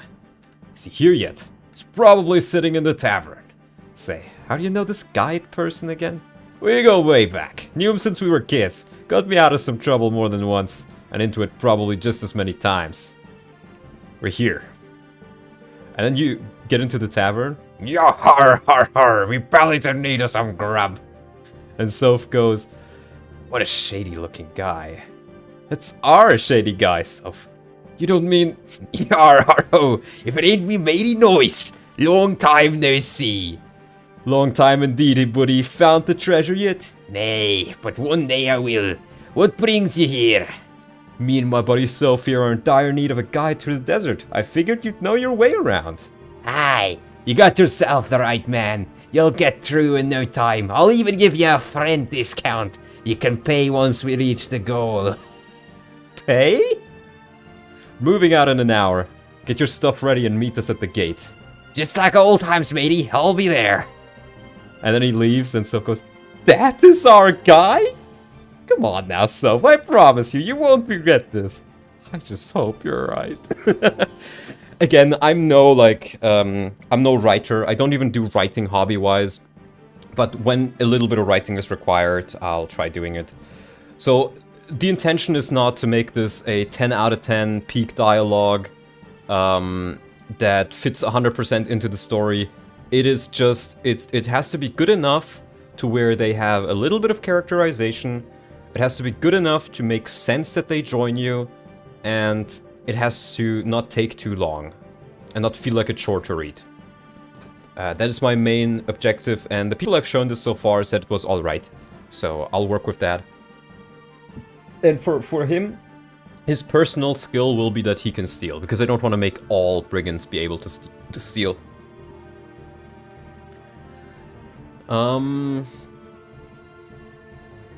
Yeah, so that's how you get him.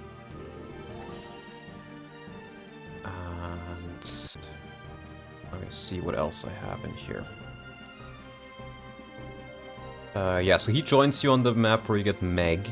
And then the other thing I was thinking of, writing-wise... I love this writing, but I love that pirate voice even more. Thank you, thank you. I would never call myself a good writer. I just am not really good at it, I would say.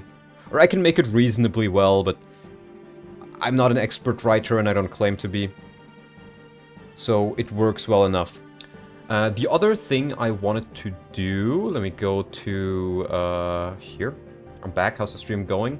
I'm going over a few of the changes because the map stuff, I will be getting some images of the maps, which are enough for me to gauge on how, if they're playable or not. So I want to talk a bit about some of the changes I've made here since the last stream. In, I think it's this map? No. River Crossing? Yeah, River Crossing. This map where you burn the supplies, I have decided in one of the stables where you have the horses, they will get replaced by a prisoner. And you may ask, who is that prisoner? It is gonna be Jarrett. It is gonna be Jarrett. The boss of part 1. And my idea for the dialogue to integrate him is, so he breaks out, you know, Ike and his squad burn the supplies, and in the whole chaos, he breaks out of the prison cell. And you recruit him, like, he just starts out as blue, but then you have an event where he talks to Ike at the end of the battle. Okay, and Ike goes, "You there, Bagneon soldier, you broke out of your cell by your own. I am impressed. What are you doing here?" Me and my men were patrolling nearby. I ended up walking right into an ambush. They took my wyvern and killed my men in cold blood. Probably figured I was better off ransomed. Barbarians. We'll make them pay for this. Looks like you'll continue fighting Thane, and I'll be frank, I want my revenge. Count yourself in. We'll need all the help we can get. Reminds me, you never told me your name. Right. My name is... Jarrett. I'm Mike. I'll see you on the battlefield, Jarrett. And then Ike leaves and Jarrett is like, I can't believe that worked. That silver-haired broad will finally get what she deserves. Okay, so the joke here is, he's lying completely about even having a wyvern. He doesn't have a wyvern. He's just saying it to sound more important.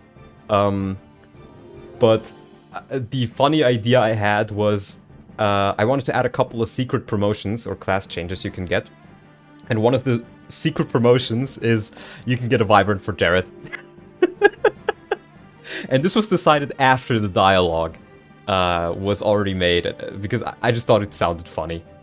instead of having yet another halberdier, just to add a little bit of class variance in. And then, and I think this is personally my favorite, you will have a base conversation with Ileana and Jared, because Ileana recognizes him. She could fight him in part 1, right? So it starts out in a base conversation, indebted. So you have Jared on the right and Ileana on the left. And it starts out, you know, Jared is just looking into, like, the background, and then Ileana comes around. Jared turns around. What are you staring at, girl? She moves a little bit closer. I know you. I don't know what you're talking about. You're Jared, the former leader of Begnion's occupation forces in Dane. Yeah, and you better keep quiet if you know what's right. I'll let you know I'm an honest woman who knows right from wrong. Are you now? But even honest women have their weaknesses. What? You owe me 5,000 bonbons. No less will do. You may pay your debt in daily installments.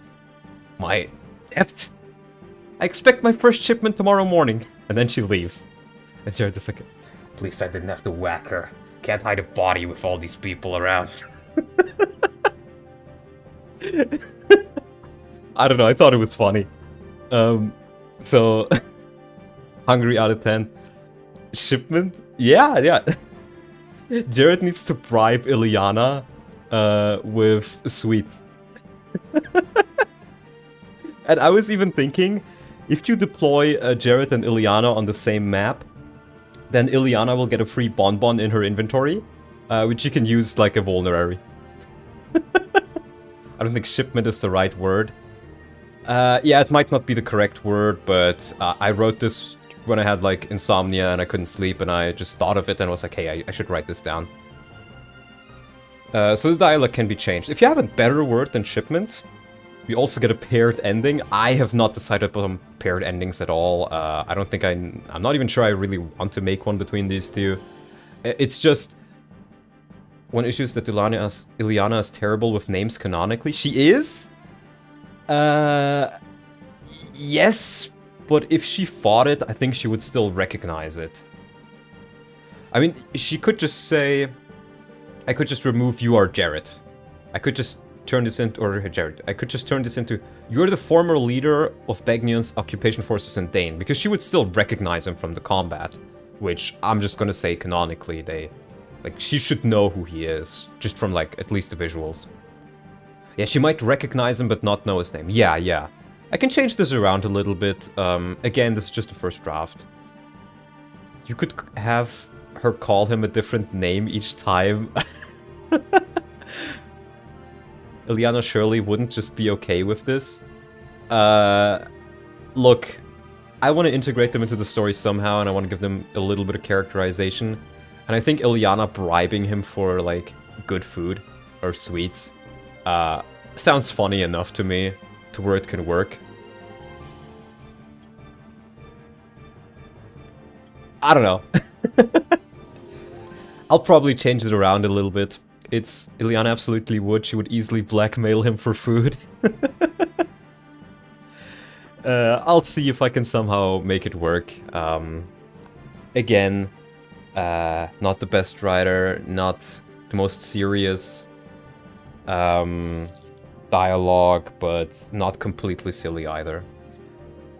Ileana likes meat, not sweets. It should be lamb shanks or something.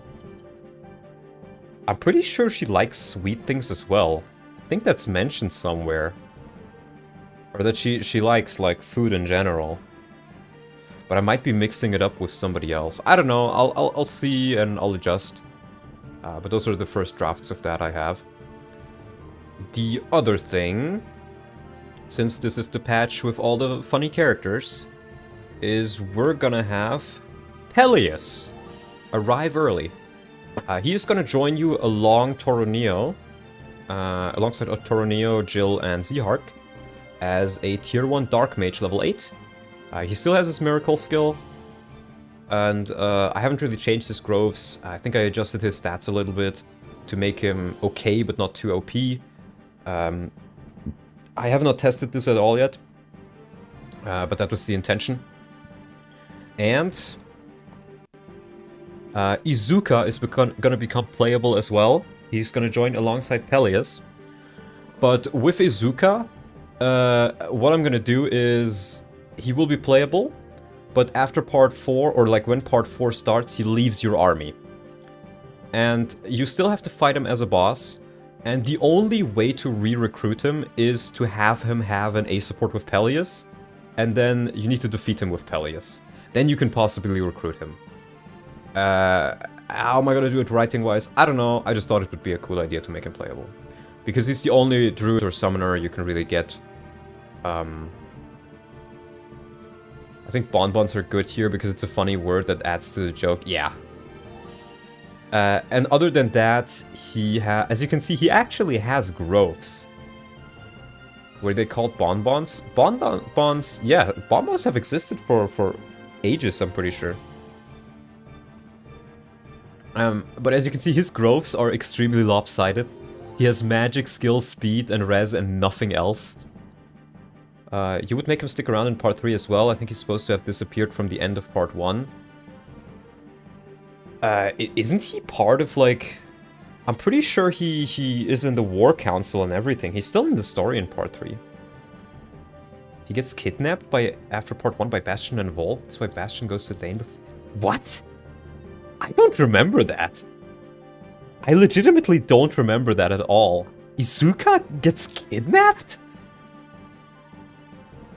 What? I'm telling you, man.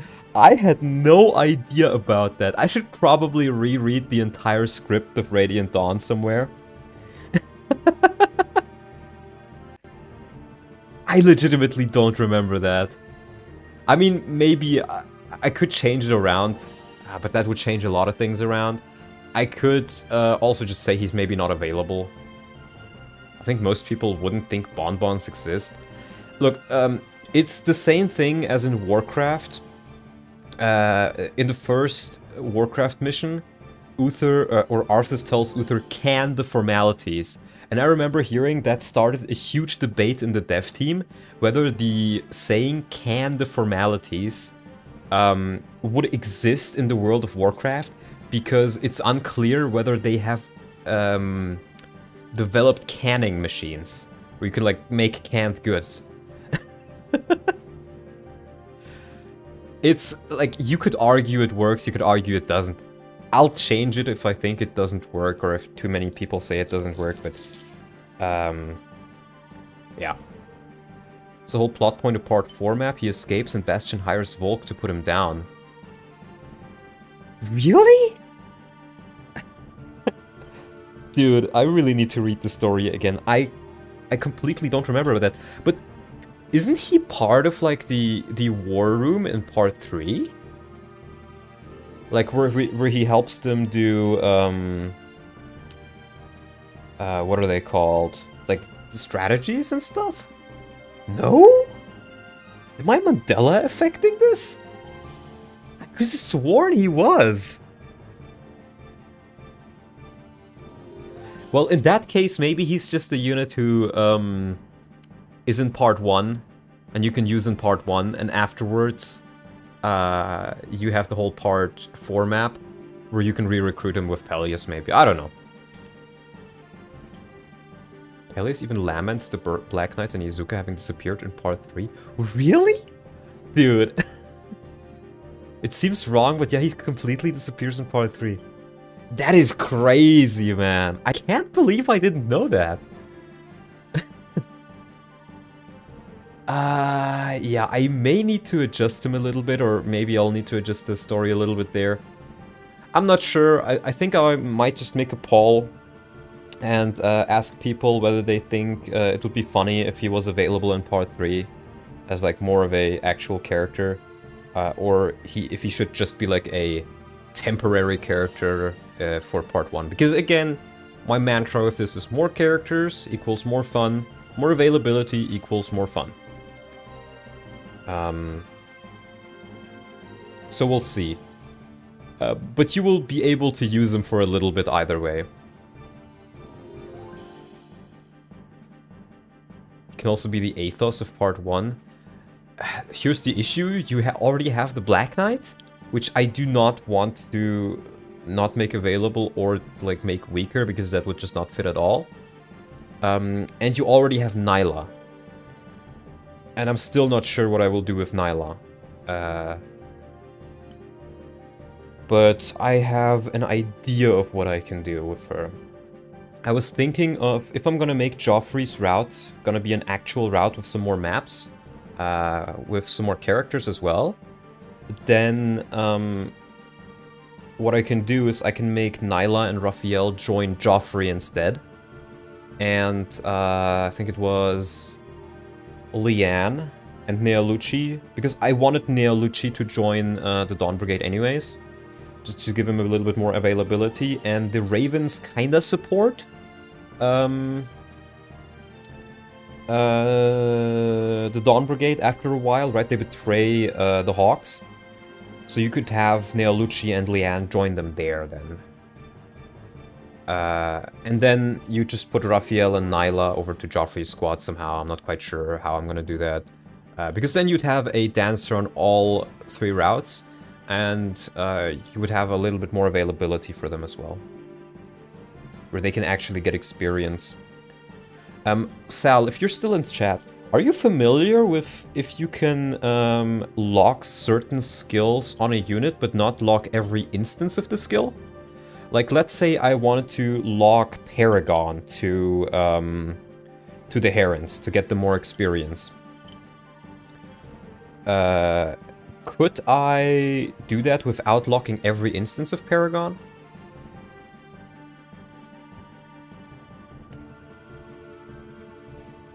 Will you also be making an alternate route for the Tormod gang? So what I can tell you, my idea for the Tormod gang is, you will have the option of recruiting a lot of the like old guard Dane generals that you could have fought on FE9.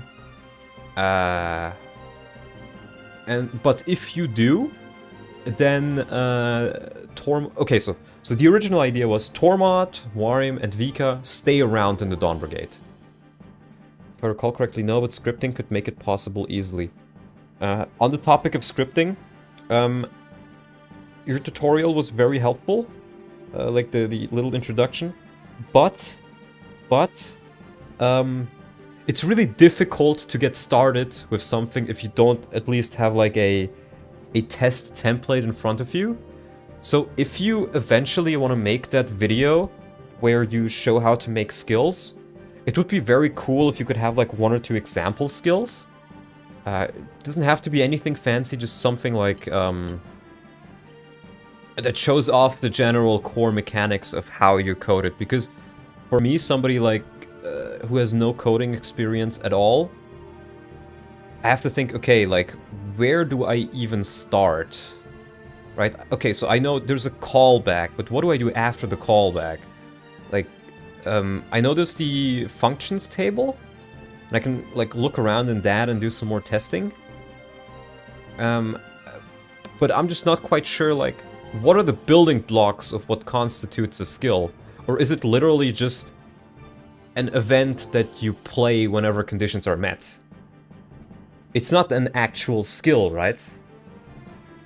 Because that would be very helpful. To not just me, I think, but anybody else. Because, like, hearing it once is one thing, but having a little bit of code in front of you and getting it broken down, maybe even just with comments, maybe not even a video, just comments on this does that, would be incredibly helpful to me, to get me started. And then for anything after that, like once I get the basics down, then I can work on the other stuff myself and just ask for help when I need it.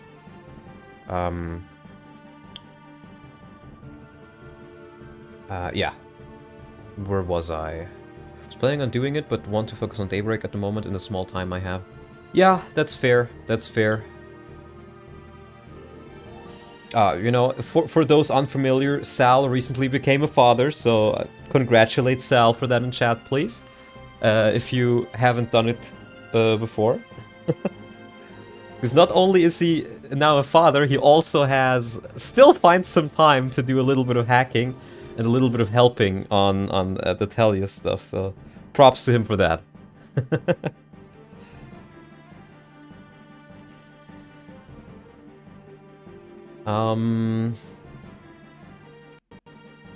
Yeah, where else was I? Right, so you get Peleus, you get Izuka. Oh yeah, Tormod. So the original idea was Tormod's gang joins up with the Dawn Brigade and continues with them till 3-6. And again, I might add a couple more maps for the Dawn Brigade as well. And in 3-6, when you face Ike's army in the swamp, depending on some conditions that I haven't quite decided on yet, maybe how many of the old guard Dane generals you actively use or have recruited, or I don't know. Depending on that, you may lose them and they may betray you and just join Ike. Because, believe it or not, you probably will believe it, like 90% of the fucking bosses, the Dane boss generals you fight, are all incredibly racist against Laguz or like varying degrees of racist against Laguz, which somebody, like my original idea was Izuka kind of forces them in. He's like, oh yeah, these guys served us in the last war, they're gonna be very helpful, Micaiah.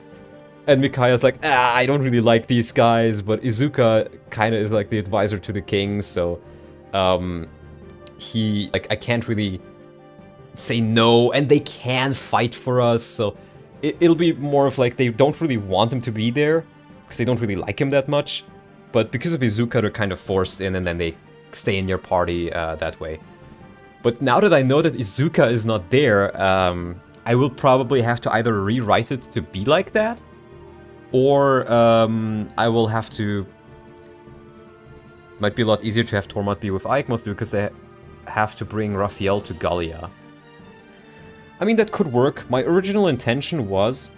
but that again depends on how many maps I can do. Additional maps for the Dawn Brigade.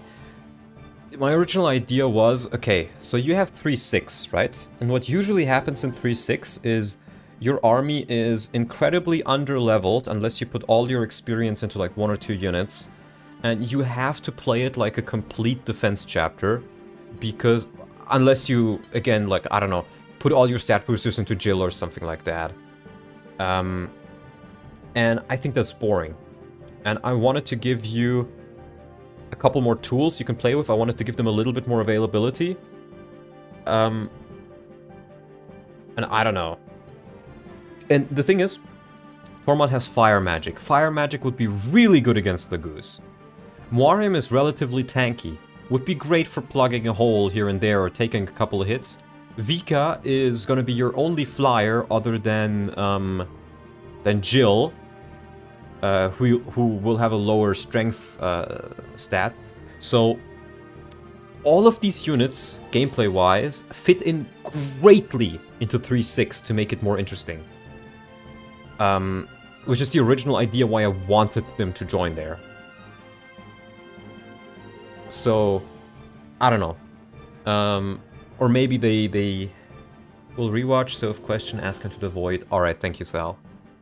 Gameplay-wise, I absolutely agree, but having them there, I might just be hard to patch the story to justify it. Yeah, I really just have to look through the entire script again, read all of it again, and, because I don't seem to remember things as well as I thought I did. So, yeah. I can probably come up with some reason for it. Again, the gameplay is the first priority, and I'm gonna try to integrate it a little bit into the story. Because it is a rebalance, it's not a rewrite. Or maybe I'll have them join Icon 3-7, if conditions are met. Or maybe they just join Icon and 3-7 in general. Because they will have a little bit more, like, playtime. You can use them for a bit longer.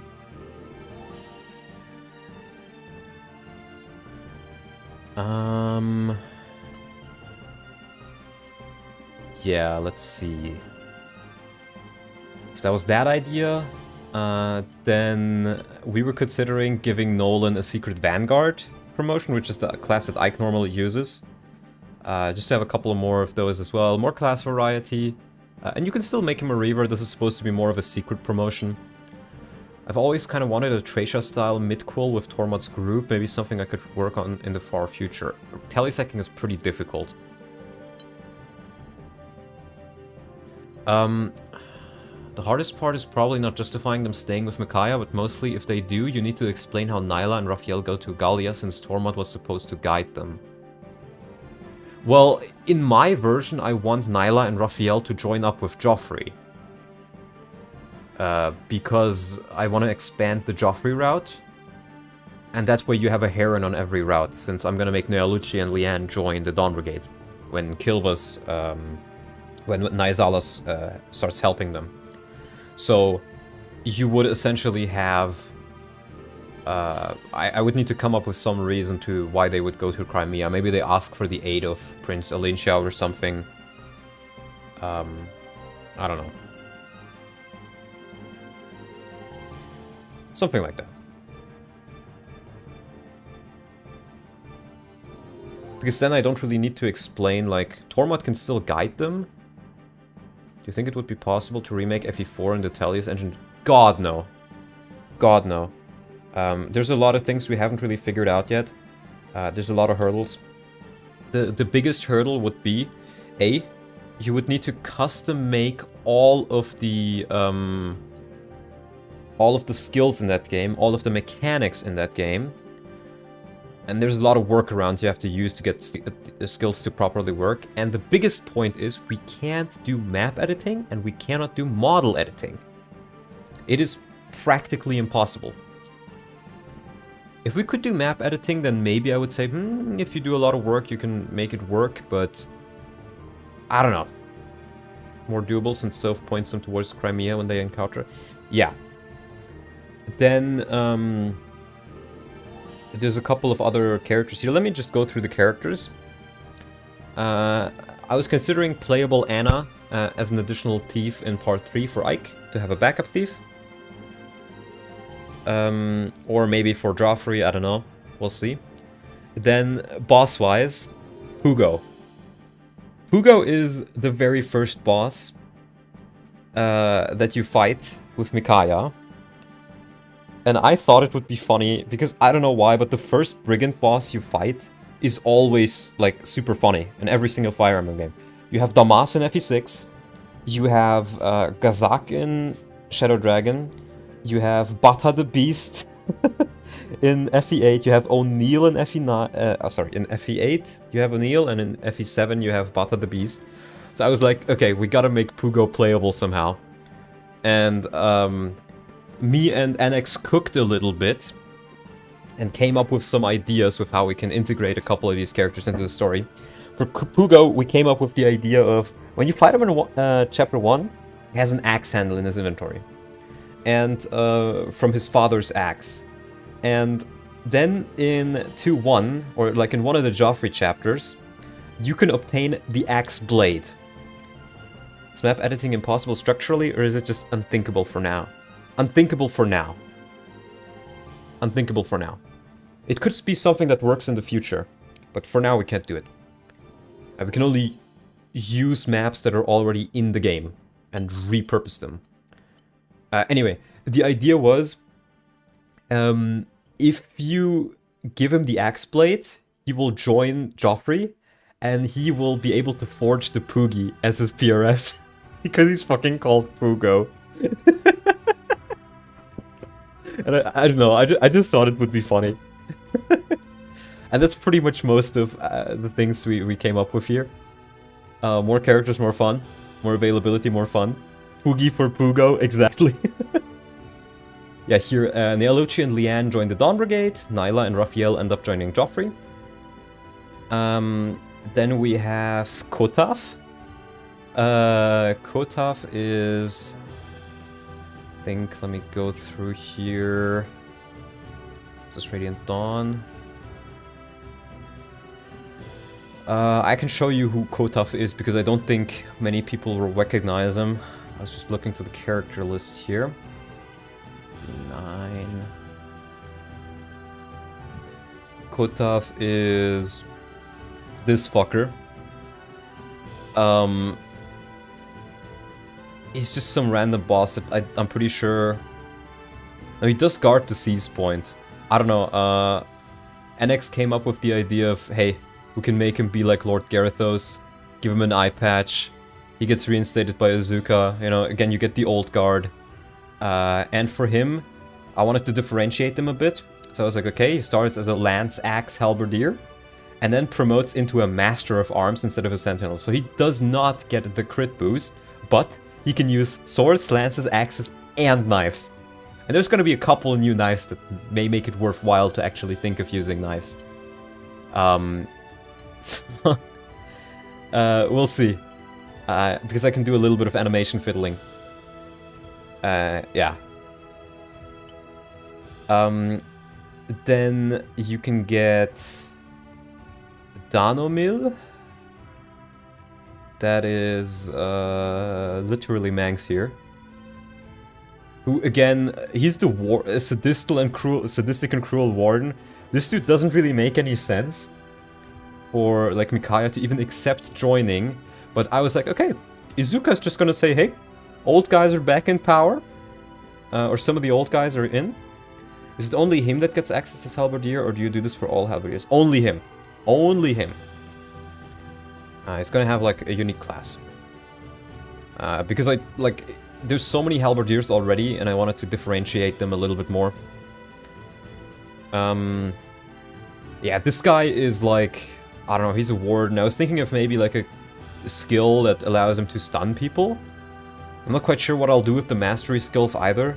I was considering just removing the mastery skills and making it so that you have scrolls which allow you to learn them, but all tier 3 classes can always learn them with an occult scroll. So if you're a halberdier and you have an occult scroll, you can use it to always learn Luna. But if you're not a halberdier and you use an occult scroll, let's say you're a cavalier, you get soul instead. But you can still find a Luna scroll and learn Luna as a cavalier. Or as a tier 3. That was the idea. I'm not quite sure how implementable that is. I'll have to see. And I was also considering just, well, not making them require an occult scroll like an FE9, but maybe just making them all weaker, but still allow you to like get scrolls to use them. Not quite sure how I'll do that. In any case, why am I talking about the system? I was considering giving this guy stun, because he's a warden. And it gives him like something unique as well as his like personal skill, and otherwise, like, I don't know, he's just gonna be a relatively regular general. Let's take a look further. The general who gets reinstated by Izuka has a skill that can stun, has a crack on his bald head. Then next up we have Makoya. This is the dude you fight on the map where you get Zihark. And this guy is actually one of the less evil people. He's like relatively calm and collected. Relatively good tactician compared to like most other bosses.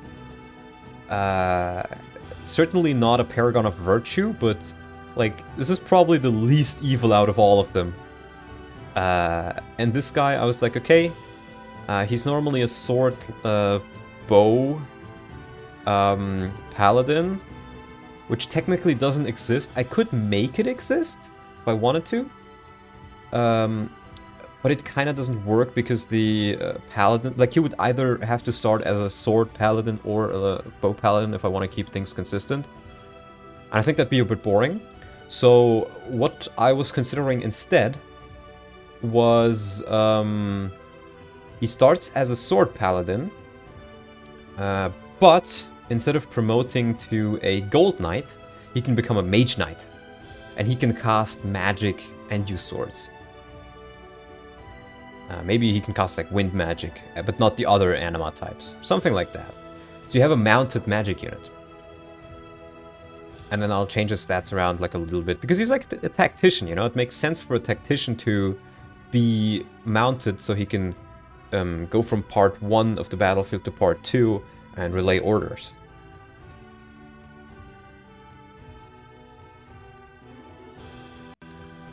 And yeah, that's what I was considering for him. Yeah.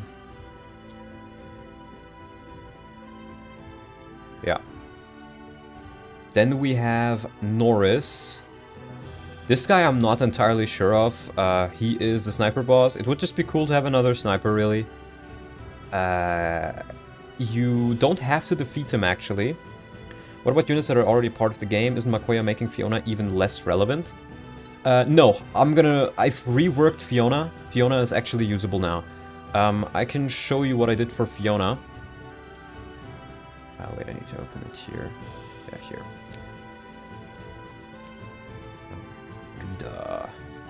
So, her bases are better. Significantly better. She's actually somewhat usable. She's still gonna be weaker than your other units when she starts out at, but she will get her father's lance, the Rambega lance, as a small PRF. And I've not 100% decided on what I want to do with it, but Fiona's whole shtick is that she is like an ambulance. She's very mobile, she can rescue units, she's very independent, she doesn't really rely on the healing of others once you train her. She's very dodgy because of her Earth affinity, but none of this really matters because she's so dogshit in the original game. So the idea I had was, okay, I'm just gonna lean into that. So her personal lance is gonna be a magical lance that gives it +10 magic. Which means her magic growth, as you can see, really bad. So she won't grow magic much. This lance will not keep being good, but it will really help her to get going. And the idea was also it gives her 10 extra magic as like a stat boost while you hold it, and thus she regains 10 extra HP from Imbue. Unfortunately, that did not exactly work. Oh, it went out of my playlist. I don't know why it does this lately. Oh, because autoplay is on. Oh, because it was the last video in there. Next. Yeah, I don't know, once it finishes the playlist, it just... That's weird. Okay, let's go back here. Where was I? Yeah, for Fiona. And my idea was, okay, she has more magic now, and since she has more magic, she heals more from Imbue, but it doesn't actually account for stat bonuses. I think I can make it work by giving it either the healing trait or by making a custom event for it, though. So she will be a... she will be fixed, she will be useful, and he will serve a different role to her. Make this a little bit more quiet.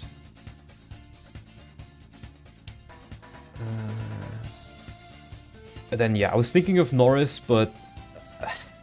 he's pretty evil, but again, you could say that about some of the other ones. Izuka reinstates him, that's the only thing I can really think of, and then he's like an additional archer you can use. And because his defeat is optional, he can be avoided, defeating him does not end the chapter. And he's never really dies. I'm pretty sure, like, not even in the story, it's never even implied that he dies if you don't kill him. So, as far as I know. So, I don't know, maybe Izuka reinstates him, maybe you can rescue him from somewhere. I'm not sure how I would add him in. But I think having another sniper could be fun.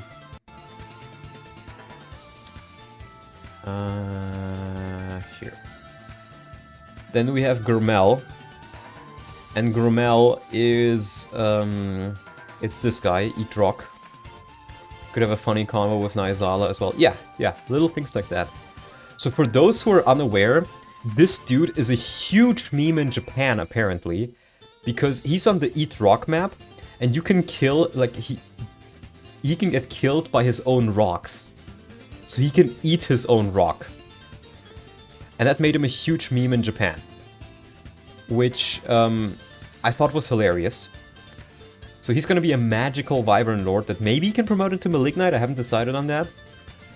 He does have Resolve, which I'm not sure if I want to keep that on him, maybe I do, maybe I don't. He will come with a Bolt Axe as well. And now listen to how you can recruit this guy.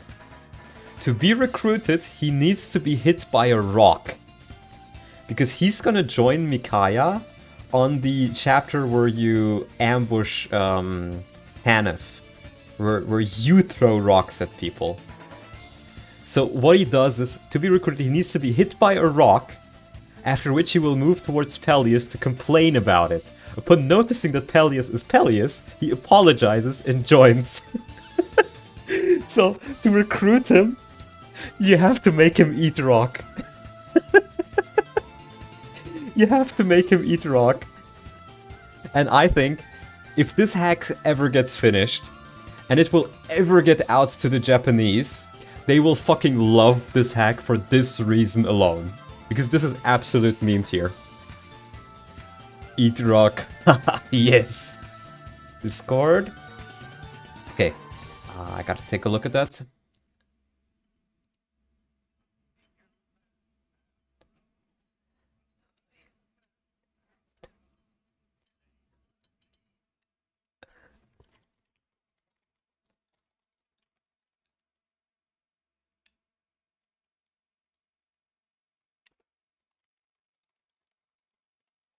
Try usual animation.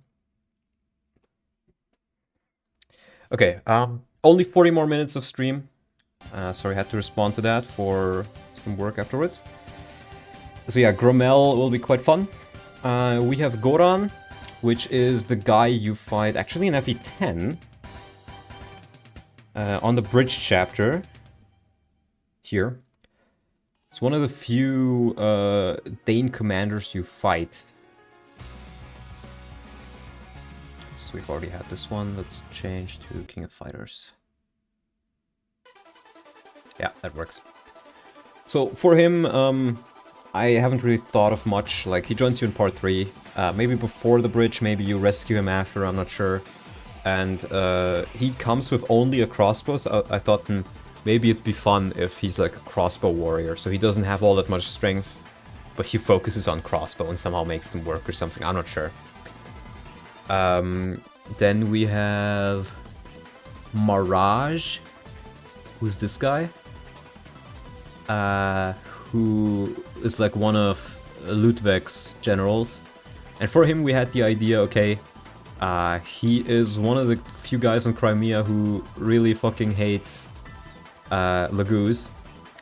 So after Ludwig loses, he runs off to Dane.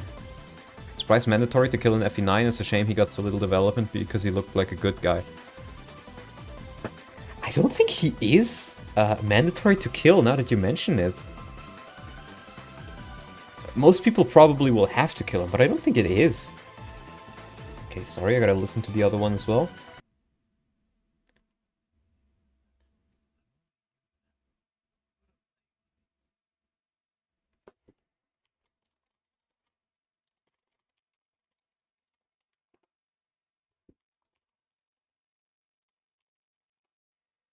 Okay. So, my idea was, after Ludwig, like, gets defeated, he tries to run off to Dane because they hate Laguz. And on, like, the Swamp chapter, maybe he's running away from the Laguz and you can recruit him there. Not much character development for him. I did think of reworking Sages. I was considering making him a Thunder Sage instead of Wind. He has... hold on. I noted down how I wanted to change the mages and sages. Where did I note it down?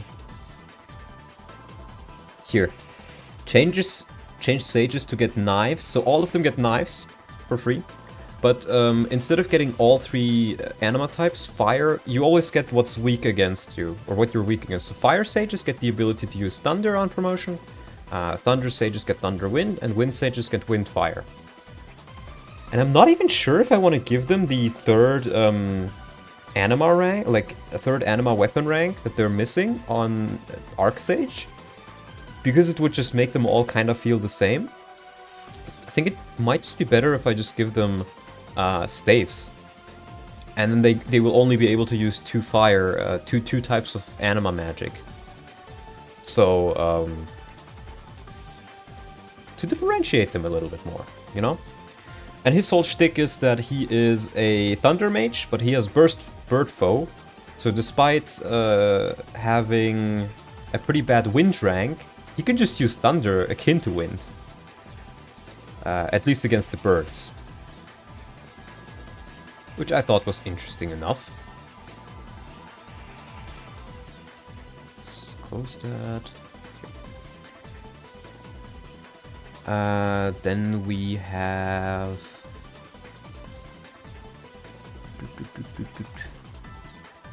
Goran. Yeah, Ludwig.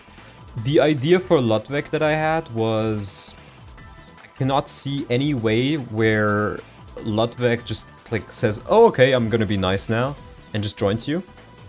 Outside of extremely special circumstances. So... My idea for him was... Ludwig stays imprisoned until part 4, when he finds out everyone around him turned to stone. He uses the opportunity he has been waiting for a while and escapes. He gets ambushed by some Order disciples who take away his shiny armor. Seeking revenge, he heads towards the tower. I'm not quite sure about the armor thing. The idea was, okay, he is yet another armor knight, so if I can make him I can make him an Ike hero that uses axes. So the class is called Brave in Japan, and I'm gonna keep that name, I think, because I'm just gonna use them like a mercenary class line. I'm not gonna make it anything like special to Ike. So you get him as an axe Ike hero, but you can get his armor back and he turns into a marshal if you want to, or you can just keep him and like make him become a vanguard. Because he's fighting without his armor.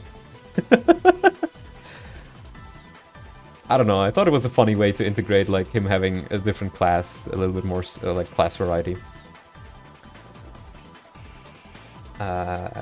Yeah, Bryce was the Camus of FE9, that's true. But I'm not sure if he ever is actually killed.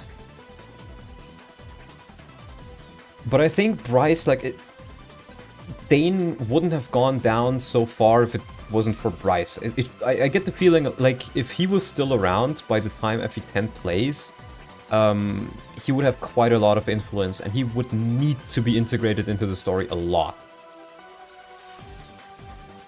I think it would be better for him to join with the ulterior motive of gaining the fame and glory from killing Ashera, since most of his character is centered around his political standing. That is a great idea, actually. Possibly he seeks to defeat Ashera to further his political standing and get a pardon from Elincia for helping her. I like that idea. That's a good idea. So that's how I was considering adding Ludwig in. I was also considering, you know, you have Alder, who is... He's not even a boss, if I recall correctly. You never fight him, he's the guy that dies against the Black Knight. But I wanted to make something funny out of him. So what I did with him is, you fight him in 161, and in 161 he has Miracle and really high luck, but his defense is awful for a knight, or for a sword general. So you fight him, you defeat him in 161, but he gets lucky and he somehow survives.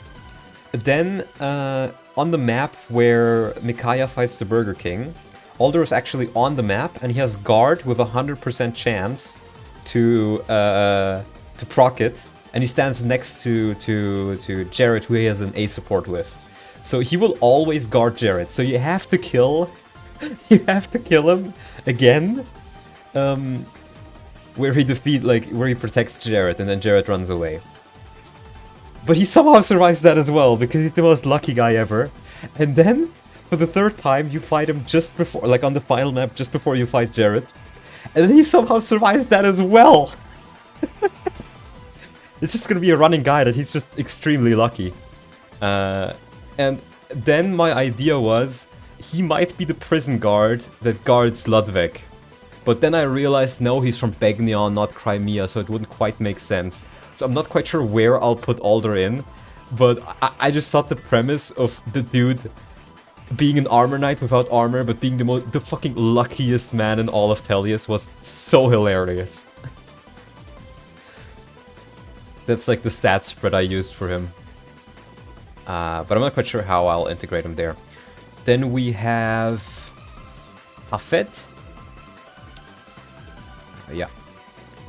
And Hafet is another... Here, it's this guy. And he's arguably one of the, like, least racist Dane commanders. Because he's really passionate about testing himself as a warrior, blah blah blah. Takes great pleasure enjoying fighting worthy adversaries among both the Bjork and Laguz. He's somewhat reasonable. While he seems to share the usual Dane racism towards Laguz, calling to finish his forces he fought the day before the battle with Ike half-breeds. Again, still a little bit racist because he's in Dane, but half-breeds sounds a bit nicer than subhumans, right? And he respects them as worthy warriors against whom he is eager to test himself. He also has an appreciation for the songs of herons. So my idea was, I'm gonna make this guy be one of the guardians who, like, guards Raphael alongside Nyla. So he will eventually join Joffrey as Raphael's guardian, or one of Raphael's guardians. Again, not quite sure if I'll just keep him a halberdier or not. Maybe I'll also make him a master of arms, we'll see. This guy is 100% dead though.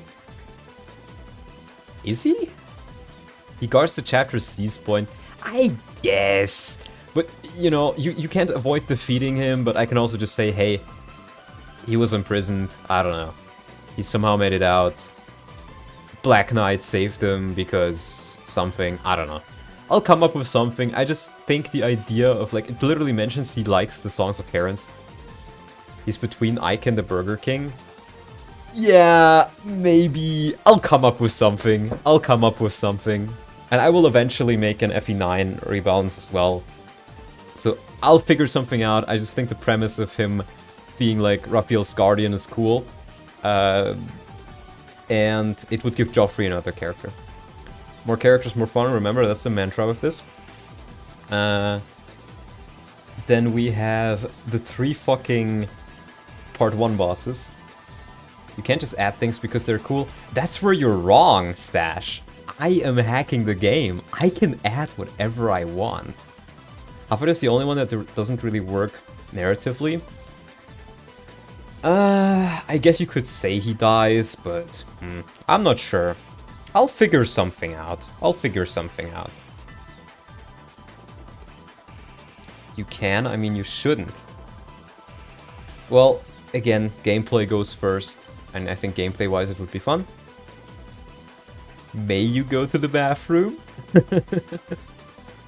Anyways, next up, we have Isaiah, Burton, and Wistan, which are the 3 Part 1 bosses, and believe it or not, you don't need to kill a single one of these. You don't need to kill a single one of these. All of them are optional kills. So I was thinking, okay, maybe you get them like when you combine forces with Begnion. ROM hacks are there for fun mostly. Yeah, like I'm gonna try to make it somewhat reasonable in the story. I can just say he survives somehow. It might be a little bit less believable, or maybe like, I don't know, Raphael saved him or something. I don't know. I'll come up with something. Wistan is my favorite Russian. Why is he Russian? He's not even Russian, as far as I know. But this guy is called Wazdekaka in Japanese. And if you don't think that's hilarious, then I don't know what is. I kind of want to make him recruitable just because he has a funny name. And, you know, more units, more fun. So, Isaiah, Burton, and Wistan will all be possible Begnion recruits that join together. Wistan looks like Luigi. He does a little bit. I made the joke when I first played FE10. Ah, okay, I see. And for them, I didn't really have much in mind. They're possible recruits after Crimea and Begnion become allies. Oh, and Enix came up with the idea, maybe they replaced the Holy Guard for Tanith. I'm not quite sure if I want to go that far. But making them summons via Tanith? Dude, that would be so fucking hilarious. But I could just also make them join as regular units. We'll see. Just a couple more units. Then, Kesda. Kesda, NX had a good idea for him as well. He's the boss you get when Lef is dead in 3.6. And, again, we were going off the idea that Izuka is still around. And the idea we had, he becomes a boss in 3.6 and gets mind-controlled by Izuka if you defeat him. The only way to field him after that is by fielding Izuka, who summons him as an additional unit. So, as the Dawn Brigade, you can get Farewell Kesda as a free unit whenever you field Izuka. He then becomes possibly permanently recruitable in Part 4 if you either re-recruit Izuka or talk to him with 3 Beast Lagoons or either of Ranulf or Skramir. Playable feral ones? I mean, it would give the Dawn Brigade another Lagoose they can use, which I think would be funny. NX came up with the idea and I thought it was hilarious. Then we have 2 more. We have... Let me close those down. We have Dakova. Which is... There he is. Dakova. And Dakova, he's the guy that Petrine sends after Elincia, so he's the one you fight on the map where you defend the Grail hideout with the Fog of War. And he's optional to kill there as well. It does kind of insinuate that he will probably die or be like sent to execution by Petrine for failing his mission. It says Petrine reminds him of Dane's army's motto, success or failure, life or death, then orders him out of sight, presumably dead. But it is never confirmed, so the idea I had was, okay, he escaped an ordered execution by Petrine and left Dane forever. As a former Dane noble, he wants to return to his family, no longer a wanted man, so he ends up joining Joffrey over the course of Joffrey's maps. Dakova works extremely well because he's optional and his men are shown to respect him, so having him playable kind of works. Yeah, like, the thing we could go with is, okay, a lot of, like, the old guards are reinstated, but, I don't know, maybe they just don't really like him all that much or whatever. For some reason, like, he still has his, you know, he's still wanted in Dane. So if he defeats the current Dane government, then he can go back to his family. So thus he joins Joffrey and Crimea in their war against Dane to try and get back home and reclaim his lands. Because I don't remember why, oh yeah, he mentions multiple times just who are these mercenaries, or like that mercenaries are like beneath him. Wait, what was it? Observant, competent officers who knows his place and follows orders, right? When Ike leads a party of the mercenaries out of the fort, Dakova is forced to change his plans and quickly adjust his spells. I can't actually find it right now, but there was some line. Oh, here. Don't push your luck, mercenary dog. So I don't think it would work if he's a mercenary himself. And if he calls them mercenary dogs, then he's probably a noble. So I thought it could work reasonably well, and you would get a knight on Joffrey's routes, like maps. And then the last one is Tominami, which is the least boss out of any boss. He's the human shield in the chapter where the bishops are human shields in FE9. And he actually can work pretty well. It says, does not support the Mad King's war or the actions of King Ashnord against Crimea. He was grateful to the goddess to hear that Elincia was still alive. The thing with Joffrey is, Joffrey doesn't have any healers. Like, the only way you could get a healer for Joffrey is to promote Khalil, I think. Pretty much. So my idea was, okay, this guy loves Elincia, or like not loves, but like really likes Elincia. And he does not support the Dane actions at all, so even though he's technically from Dane, I can just make him move to Crimea after the effects of the war. And then he gets into service of... move to Crimea after FE9 because he was inspired by the Crimean army saving all the priests in his temple. Which you could say, okay, that was Ike, but... I don't know, you could say other Crimean people were there too, I don't know. I'll come up with something. He ends up as one of the bishops serving Alincia loyally and accompanies Joffrey from the start. So this way you have a healer on Joffrey's route as well. It's just one. You can still get more by obviously promoting your units, but even just having one works really well. And again, I don't want to do any OCs, and this is one of the only real healers I can possibly add. The other character... Don't have everybody here, actually. I didn't put the anywhere guys there. So there's still a couple more characters I was thinking of, but... Did I like, write over some dialogue?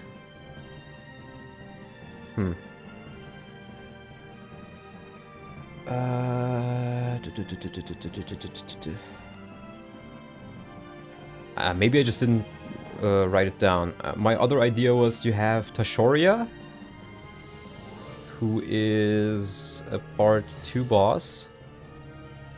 It's this guy, and he's arguably the least evil out of all of them. Where he's like, you can very much argue, like, he believes in Ludwig and his cause, he thinks Alincia is a tyrant. And you could very much say he's just misled. His faith in Ludwig's honesty was absolute, despite how Ludwig left him to die in distraction. And even as he died, he believed that Ludwig was still coming for him in reinforcements. So, we need a hero. Yes, Annex, we need a hero. My idea for him was, after you defeat him with Joffrey, Joffrey keeps him alive, and the condition for recruiting him might be that, I'm not quite sure if we can make, like, commands with custom events. I'll have to ask Sal about that. But the idea was I may just make Mercy a command skill instead of a skill that is always active.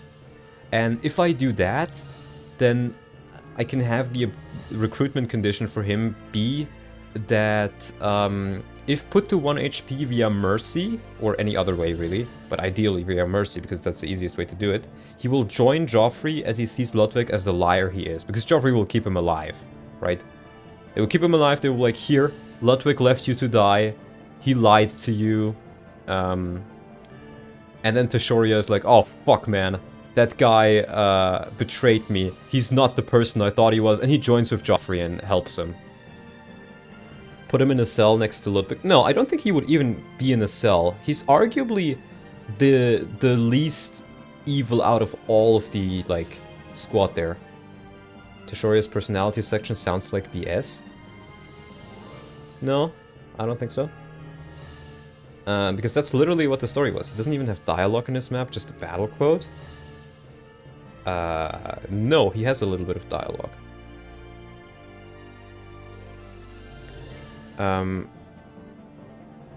When Joffrey and the Crimean Knights came to besiege it and arrest Ludwig, and he and his men were given false instructions to make them act as a decoy while Ludwig led an attack on Queen Alincia herself. Ludwig talks about this. In any case, again, oh, and the other thing is, he guards the seize point, so maybe you could also recruit him by just seizing without killing him. In any case, I think he works well, and NX had the great idea of making him an axe hero, to have a little bit more, to give Joffrey's squad another axe user, and to, you know, he literally says, he stood up to Joffrey's siege against the odds with the hope of being hailed as a hero. So I thought it would be funny to just make him a hero, an axe hero. He could still get swords afterwards. Not sure if his AI makes it possible to seize without killing, is it? Yes! Tashoria is a very rare boss in the series who guards a seize point, yet will move off the seize point to pursue the player's army. He does this. You can, you don't have to kill him. And I think it could work pretty well. So, he will join Joffrey. What are you doing? I'm just talking about the changes right now. And gauging what people think, because I don't remember all that much about the story. The other characters, which we didn't seem to go through here, I thought we did, but maybe we didn't, is you have Homasa. He's like the sword master you fight near the end of FE9. He only does this when he's the last one left who can fight? No, I think he does this without, like, regardless. He moves to attack you, I'm pretty sure.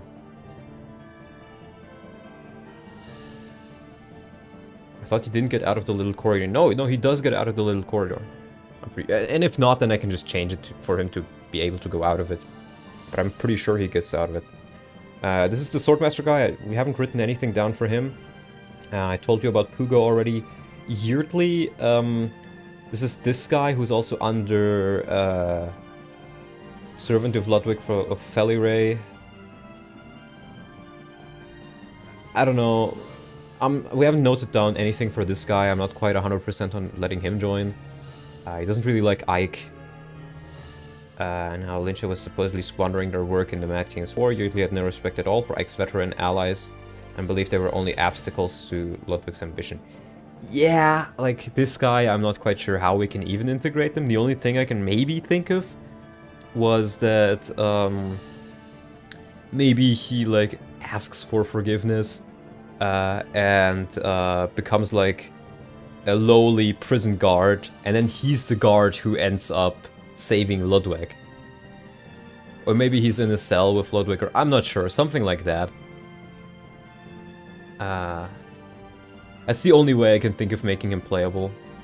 We talked about Teshoya. Veyona is the other druid. I think it more like another druid could be cool. His defeat is optional, again. That's why I put him there. Veyona has very little respect for the senators he serves, seeing them as self-absorbed snobs, but believes that as a soldier in their service, he has a duty to follow their orders anyway. Like most Begnion soldier, he has an extremely high respect for General Zelgius, his superior officer, and did not wish to let him down, even if he would prefer to let the senators suffer. He's in the supply chapter. I think he also kind of works as a recruitable, maybe when Begnion and Ike become allies. Haven't really thought of anything much for him yet, though. And then the two other ones are Septimus. For him, the idea was he's incredibly scared of the beasts, and we could just have him surrender when you defeat him. Something like that. The reason why I kind of want to make this guy playable is because his Japanese name is literally Nose. He's literally just called Nose. And he's an absolute coward. So, and the other people in the army fucking hate him. I thought it'd be hilarious to have Nose in your army. Because remember, I'm mostly using the make him surrender when he falls below half HP. Yeah, something like that. Who knows why? Who knows? Yeah, but he could be possibly playable, and the last one I was considering, but this one I am very iffy on, is Leveil. And the way I would make him playable is he is a bit like a Camus, like he is really, really loyal to Zelgius. And believes, like, the reason why he follows him into the tower is not because he believes in, like, the goddess or, like, the disciples or anything. He just believes in Zelgius and he wants to, like, stay with him until the end. As a knight of the old style, you could say. And the only way I could think of possibly making him join as, like, a super, super, super late game in the tower is he is actually there in multiple story moments throughout part 3. He's just never on the map. He's never on the map. He kind of feels like an off afterthought in those maps. So what we could do is he could be where's Shadowlord or no Shadowlord, no OCs. And Leveil dying is an important part of his character. Let him stay dead. My idea was he would be very, very difficult to recruit, because you could argue Leiran is a bit like samey. Leiran is more so like a secret recruitment than anything else. And I would put Leveil in a similar camp where the only way to recruit him would be in previous maps where he is also a bat, where I will add him in as a boss. You have to defeat him or like talk to him with certain units he knows, like Har. I think it mentions in his youth he was inspired by Shiharam and Har, as well as Zelgius. So we could say, okay, maybe he has some interaction with Har, and Har can slowly, over the course of multiple maps, convince him that, like, he should join sides. And then in the tower, if you manage to kill the Black Knight before you kill him or something, maybe you can then recruit him for, like, the last map. Or the maps after the Black Knight fight. But again, I'm not 100% on this. If at all, it would be more so like a secret dialogue or something like that. Har burns him super hard in their dialogue. Well, I can read it here. Captain Har, you're still alive. What happened that you didn't expect me to survive? Oh, nothing, I suppose. It's just been a while since you left Begnion. Yeah, 20 years ago, wasn't it? I was still very young at the time. I had just been dubbed a knight. Oh, it brings back memories. Bravery of the Draco Knights, especially the Fizzard platoon. It was legendary among the soldiers, but then you suddenly defected to Dane. I got sick of taking orders from corrupt senators, so I ditched the country with General Shiharam. I joined the army after I came of age, but it was different after you all left. It was as if you took its spirit with you. The only exception was General Zelgius, the general of Duke Perseus' army. I see. Is that why you're under his command? Yes, he's the last true knight. I will die for him. Yes, Leveil, you will. How I dreamed of fighting a proper foe. I am honored. Sahar, have at you. So yeah. This is when they first ever meet in vanilla. And I agree, it is part of his character, which is why I think the only way I can see it being possible at all is if you have like a bunch of conditions that you slowly complete over the course of the game, then you can maybe recruit him for the last couple of maps. But again, not very sure on this one. Probably, I'm more so tending towards either not making it at all or making it like very, very difficult to get. And that is pretty much all of the ones I had planned. There's a couple more here that we thought about, like how could we add this, but we didn't really come to a good conclusion. Like Seeker is I have 7 more minutes until I need to stop, so I can just briefly talk about this. He's the Raven boss you fight on the map where you get Gatry and Astrid, and you do have to kill him. And he says, "Ark, I'm falling." And I was thinking, okay, maybe he somehow survives it, and then you have an additional Raven. But the more I thought about it, the more I realized, like, okay, if I'm gonna add him, he's gonna join the Dawn Brigade. And like, Nealucci's already gonna join the Dawn Brigade. So he would just be yet another Raven that doesn't really have any, like, thing, like, unique going on for him. So we came to the conclusion, since he, like, is implied to be dying as well, we're probably not gonna add him. Unless we can come up with a very good reason why we should. Which we haven't. Then the next one we probably are not gonna add is Maijin. This is the time when you first fight the Dane army, where they like see Titania's armor, and they think that Ike is part of the Crimea army with Elincha and everything. And then you have to kill them. And I was originally considering this guy, but then Annex pointed out to me that you pretty much have to kill them because it would spark a war if he wasn't dead. Because he would go back to like his commanders and say like, hey, Crimea attacked us, we need to attack them back. Which, yeah, doesn't really make sense. So he kind of has to die. Like, Soren even says, are you ready to die? So, see, he canonically just dies. There's no easy way to make him not die that still fits the general gist of that chapter's story. So we decided against leaving him alive. Seeker fell in the water, he's definitely dead. Hafet gets gutted and talks about how good it feels to die in battle. I'm sure he's fine. Yeah, nothing ever happens. Norris, again, I wasn't quite sure on Norris, and the last one was Lombroso, which is this guy. But the thing with him as well is... Oh, that's Great Knight. Wasn't thinking of Great Knight. I want Lombroso. He's not that nice of a person. He directly disobeys orders from Zelgius and, well, obeys what the senators suggest. And he is optional. The only reason why he's on the list is because he's optional, but I just have no idea how. And he hates herons as well. I have genuinely no idea how he would be integrated. He believes that sheer numbers were enough to win a battle and has no real respect for strategy or skill. This is literally like a Soviet commander. So I was like, okay, no, this dude is just not gonna work. And we put him out there. And then there's... This is actually the last one. I forgot about him.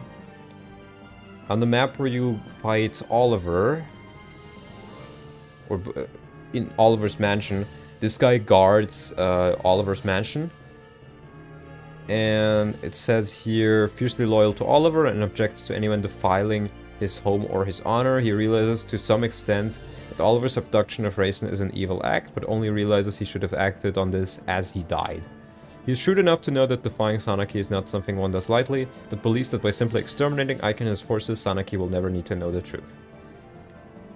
So we were thinking, okay, this guy could maybe, but if at all, he would just join alongside Oliver, most likely. And I don't really have any idea of how we can make him work, and we should already have quite a few generals. It would be hard to explain how he lives. Yeah, that's the other thing. Because he pretty much dies from what I know. So, probably not. And then that should be it for all the characters. So, if you guys have any more ideas, Ricker from FE10 would kind of be a funny returning character since he's not strictly evil, just extremely power hungry. I think I looked at that guy and was like, no, this guy doesn't work. Let me see. Let a Dane siege of Delray Castle in Crimea, aiming to put an end to Crimea resistance by Joffrey there. Was opposed by Ike in the Crimean army when I came to rescue Joffrey. Okay, battle reunion, yeah. Does not need to be fought or defeated. I don't think I've ever defeated this guy. Hey Donny boy, what you doing? Talking about the characters, which I may add. He's obsessed with winning fame or glory for himself through his battles. He believes that defeating foes as powerful as Ike's the Crimean army for all their victories against Dane will ensure that he achieves this. He was similarly impressed when Crimean refugees resisted him as well as they did. In his view, no matter how much fame he attains, being defeated puts an end to all of it. He realizes that killing defenseless herons is wrong, but resigns himself to doing so to put an end to Ike's army.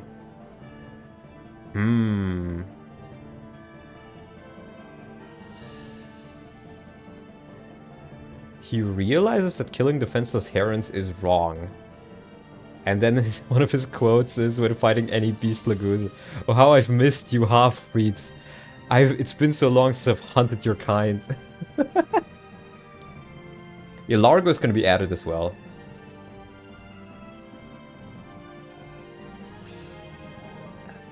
I guess he could be done. I'm gonna note them down into maybe Dane, but I don't have any concrete ID for it. Ricard.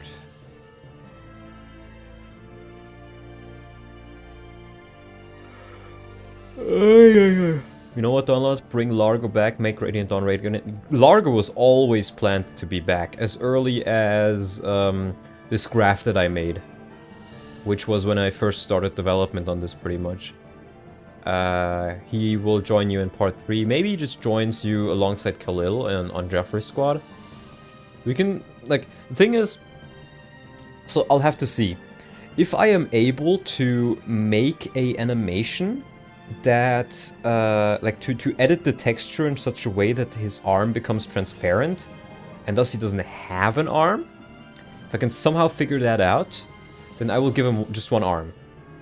If I can't figure it out, I'll just say he still has both of his arms, but they're like, or like one of his arm is very heavily damaged, or they cut like a sinew in the arm, and he can't really move it all that well anymore, to where it can't really be fixed anymore, right? Similarly to what Gryle did. Give him canonically a prosthesis. That can kinda work, I guess. Prosthesis, or you know what, I'll note that down. Largo either only fights with one arm because his other one is injured, or he gets a prosthesis. A keg arm, yeah, something. The thing is just, it has to work within the model. I can change the texture, just not the model. So yeah, Largo will definitely join you. And I can show this off before I leave. Not you. Classes. We have... yeah, here. You have Goons, you have Brigands, and then you have Berserkers. This is a new class line. I also made Dark Mages, which, well, only Peleus will be a Dark Mage, so it's pretty much his personal class. Goon, yeah, I mean, they're not even called Goon in the Japanese version, but I think the first bandit that you fight with Mikaya is called Goon, where she has the very first enemy. And I just thought the name Goon was funny. So I called them Goon, Brigand, and Berserker. Did I do any other changes?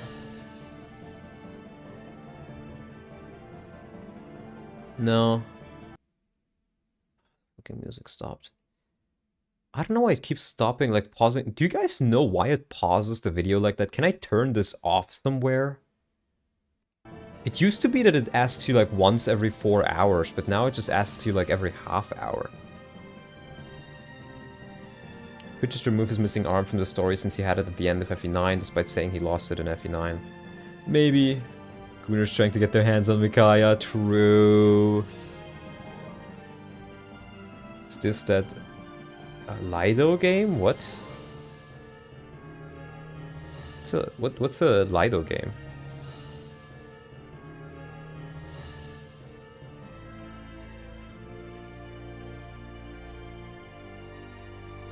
It's Berwick Saga. Yeah. That being said, though, I mean, you can take a look at any of the notes I have made here. That I am not quite sure. Some of these are rather old, and some of these I would probably change a bit. Oh, I can maybe briefly go over some of the weapons. We are at 19, but I can do like 5 more minutes maybe. I've re-added a couple of weapons from the previous games, like the Zan Bateau and the Armor Killer is back. And I will also add Reavers back. So Lance Reaver and all that stuff. Sonic Sword is back as the magic sword. This is Max PRF. Helps her to proc disarm. We will have...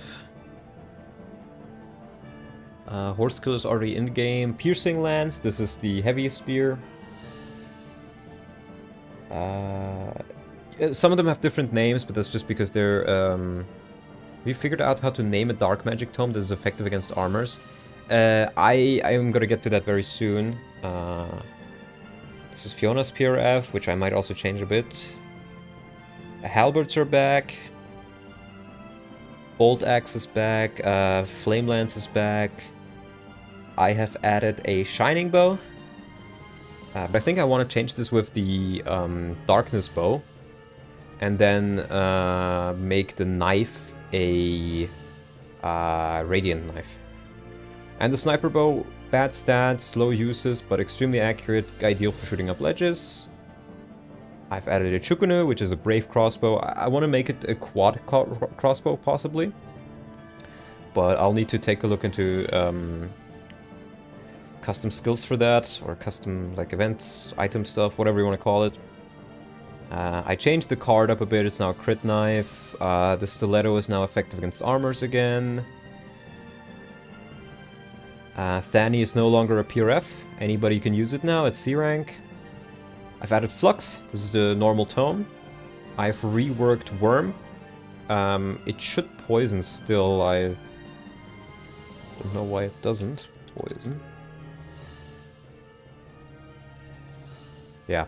So this one is 1 to 3 range. Very, very weak. Somewhat accurate, but it poisons. How long do you plan on streaming? I will be gone in 4 minutes because I still need to do some work for the CMU. Like some last-ditch changes. Kuro is kind of like a crit poem. This is a new tome I made, the Koshmar. This was what I was looking for a name for. I was originally thinking armor effective, but I saw that you can make a weapon effective against mages.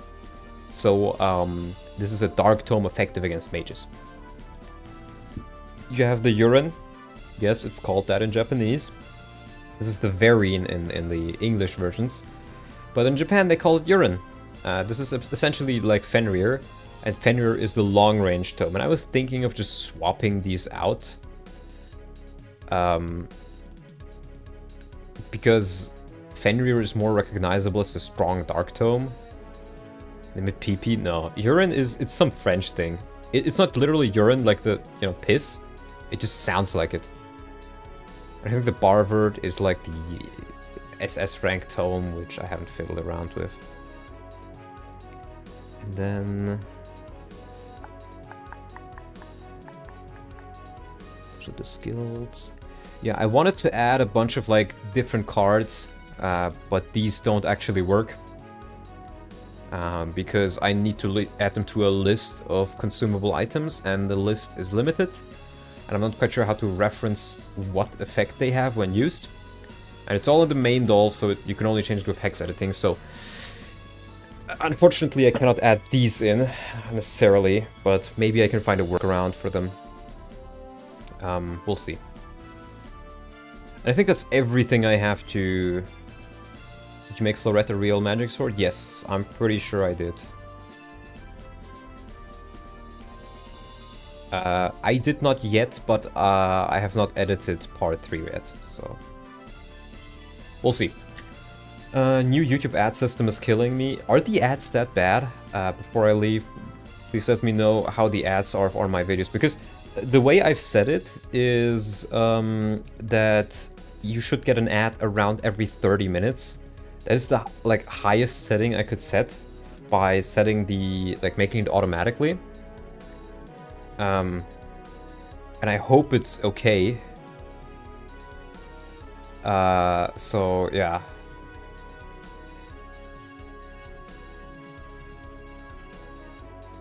Because Mangs has also mentioned that he is getting a lot more ads than he should. Just get an ad blocker. I mean, the ads do help me out, but if you want to get an ad blocker, that's fine as well. The ad system now approximately gives one every 10 minutes. But that's been an issue for everyone I watch. Okay, so it's at least not... Okay, I see. Well, I'm not quite sure if I can change it if it's an issue for everybody, but yeah, feel free to use an ad blocker if you really want to, but I would obviously support, what's it called? I would obviously enjoy the support, if you don't. That being said, I still... YouTube shadow bans you as a creator if you use a blocker, so I can't? What do you mean? I use an ad block as well. It doesn't shadow ban you. I'm pretty sure. YouTube is literally becoming unwatchable without it. Yeah, it's getting pretty bad. I still have ads on my TV when I watch. So, yeah. Well, I just have ad blocking via Brave browser. Anyways, that being said, I still need to do some work. If you guys have any further ideas on what I should add, what I should fix, what I should change, please let me know. I will be fiddling a bit more with the maps when I get the time, and seeing which one of those I can rework, maybe trying to make a new one. I want to work a little bit more on part 1, even though I have most of the things done for part 1 already. I want to work a little bit more on it and see, work on the maps and then continue to part 2. YouTube membership ad-free is great and creators still get money. Yeah, YouTube membership is honestly best for me, if you become a member. Looking good so far, looking forward to playing it whenever it's finished. Thank you. I have a couple of people who would be willing to help me in the development in regards to assets and stuff. I have Enix for some icons, I have the people who make the portraits for the Manx CMU, they said, so Moose and Adaria, they said they'd be willing to help me with the portraits if I need some help, which I probably will. So I think we can eventually make this thing work. I'm working on it every now and again. That being said, I want to thank you guys for watching. Remember, in 2 hours, Max is streaming the CMU, and I have prepared a funny little video at the end if he gets to 3-6. And even without that, me and the Palette team have been doing some nice little features now, and Paterino has done a lot of work in the story and the gameplay department as well. So I'm gonna see you guys in 2 hours on Mank's stream. Have a great break before then. It's not gonna be end of the day yet. See you guys.